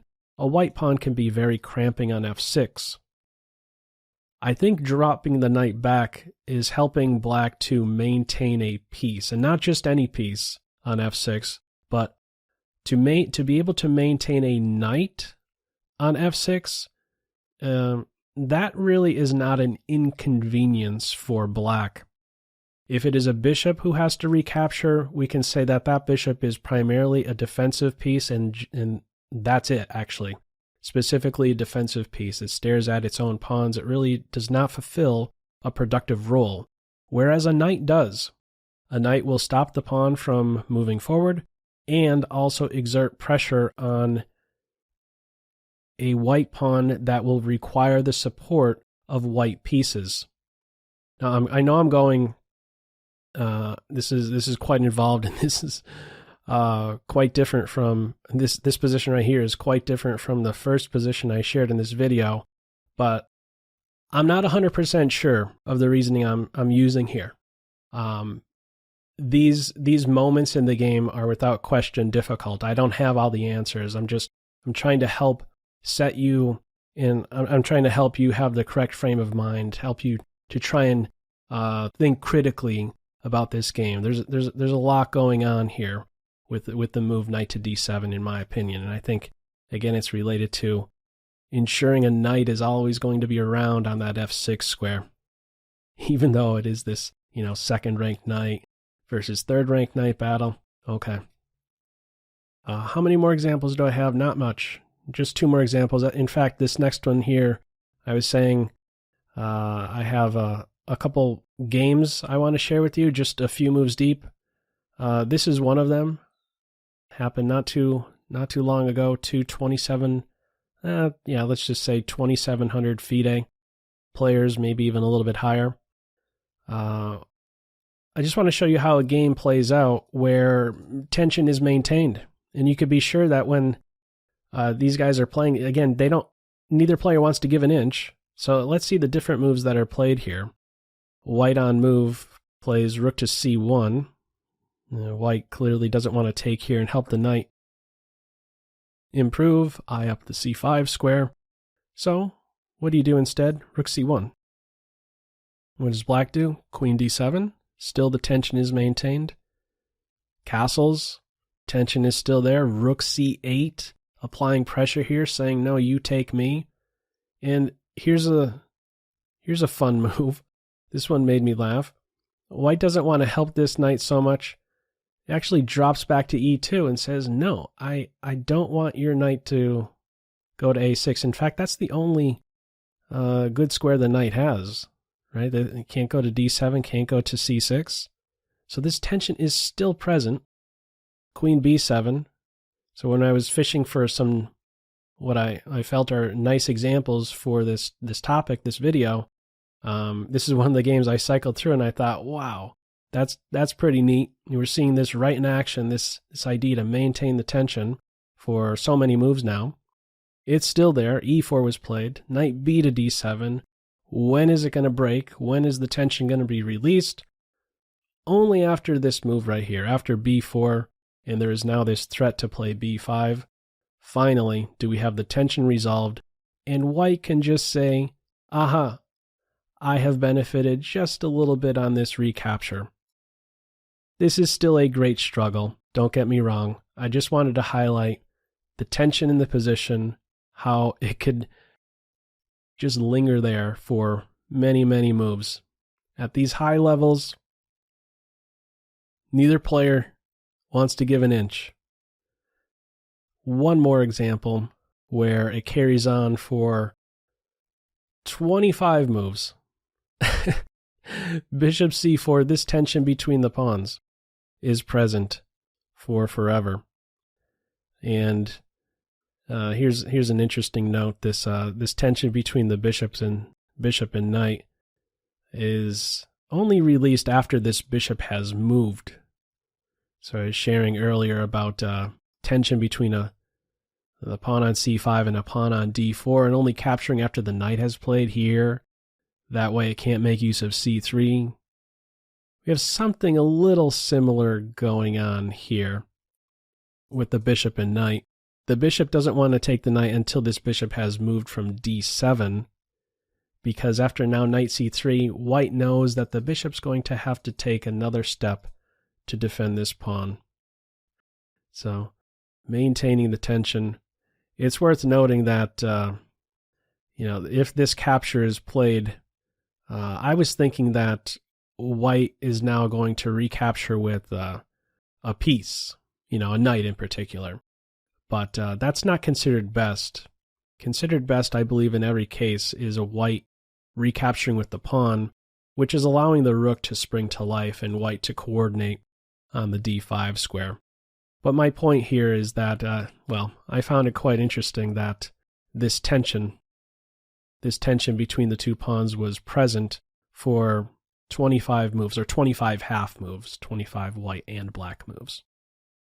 And when does it release? Only at this point. So we go quite deep in the game. Was it 25 moves? Yeah, about 25 moves it was, white and black moves. And after it was resolved anyhow, only at this point did we have these mass exchanges, which is, it's, okay, this position is not of interest, to me at least, anymore. But interesting to see this tension linger in a position for so long, especially at these higher levels. There is this tendency, the lower level player you are, you're more inclined, it seems at least, that's just from my experience, that there's this quick idea to, let's just exchange pieces. Let's just go with these this even exchange. There are no even exchanges, right? Okay, anyhow, last two examples. For the most part, I've been showing you opening examples, middle game examples, and here we are now, again, with this mentality of, I don't want to capture and allow my opponent to recapture and improve that piece. Well, we could see it in much more simplified positions, and sometimes it could mean the difference between drawing and winning. In this position here, what would give me pause with rook takes rook? Well, I know that the black king will be able to recapture and improve, and sure enough, this position here will go on to be a drawn position. What is the winning move? Well, the winning move is to first say, check. You have to block. And only now will I take, because after you recapture, you went sideways and not forward. And this is enabling white to now establish a wonderful king position, a 6th rank king versus a 1st rank king, and a king that is ready to quickly hunt the queenside pawns. And if black wants to stop that, well, there are these little tricks here, deflecting the defender of f6. And what do we have here? Well, this pawn on g2 controls, the g2 pawn controls these two, and white basically has an extra pawn. White will go on to win this. White as a passer, winning for white, better king position, and a pawn that's ready to roll. Final example, getting right down to the very basic endgame. an interesting one here. Whoever, is on move in this position, if that side initiates the capture, you lose. So white in this position, if you capture, black will recapture, have opposition, and you go this way, I go this way, and this pawn will be hunted. There'll be some little pawn race, and black will go on to win. So I'll play it out some. You could just see that white is not even close to getting a queen. Black would be much too fast here. Black will go on to win. So what is the winning way?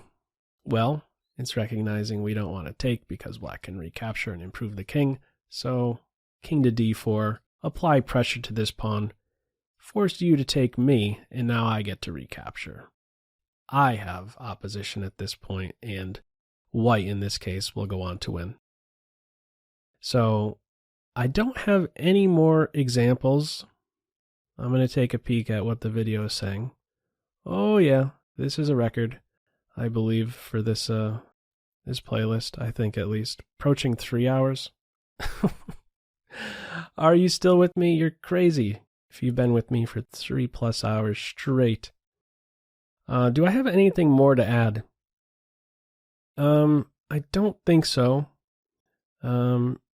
These are subtle points, but yeah, we don't want to give up an inch. Those inches add up, and you kind of want to have this, position before submission mentality. I know there's this great draw to tactics in chess, smothered mates. Oh, what a combination!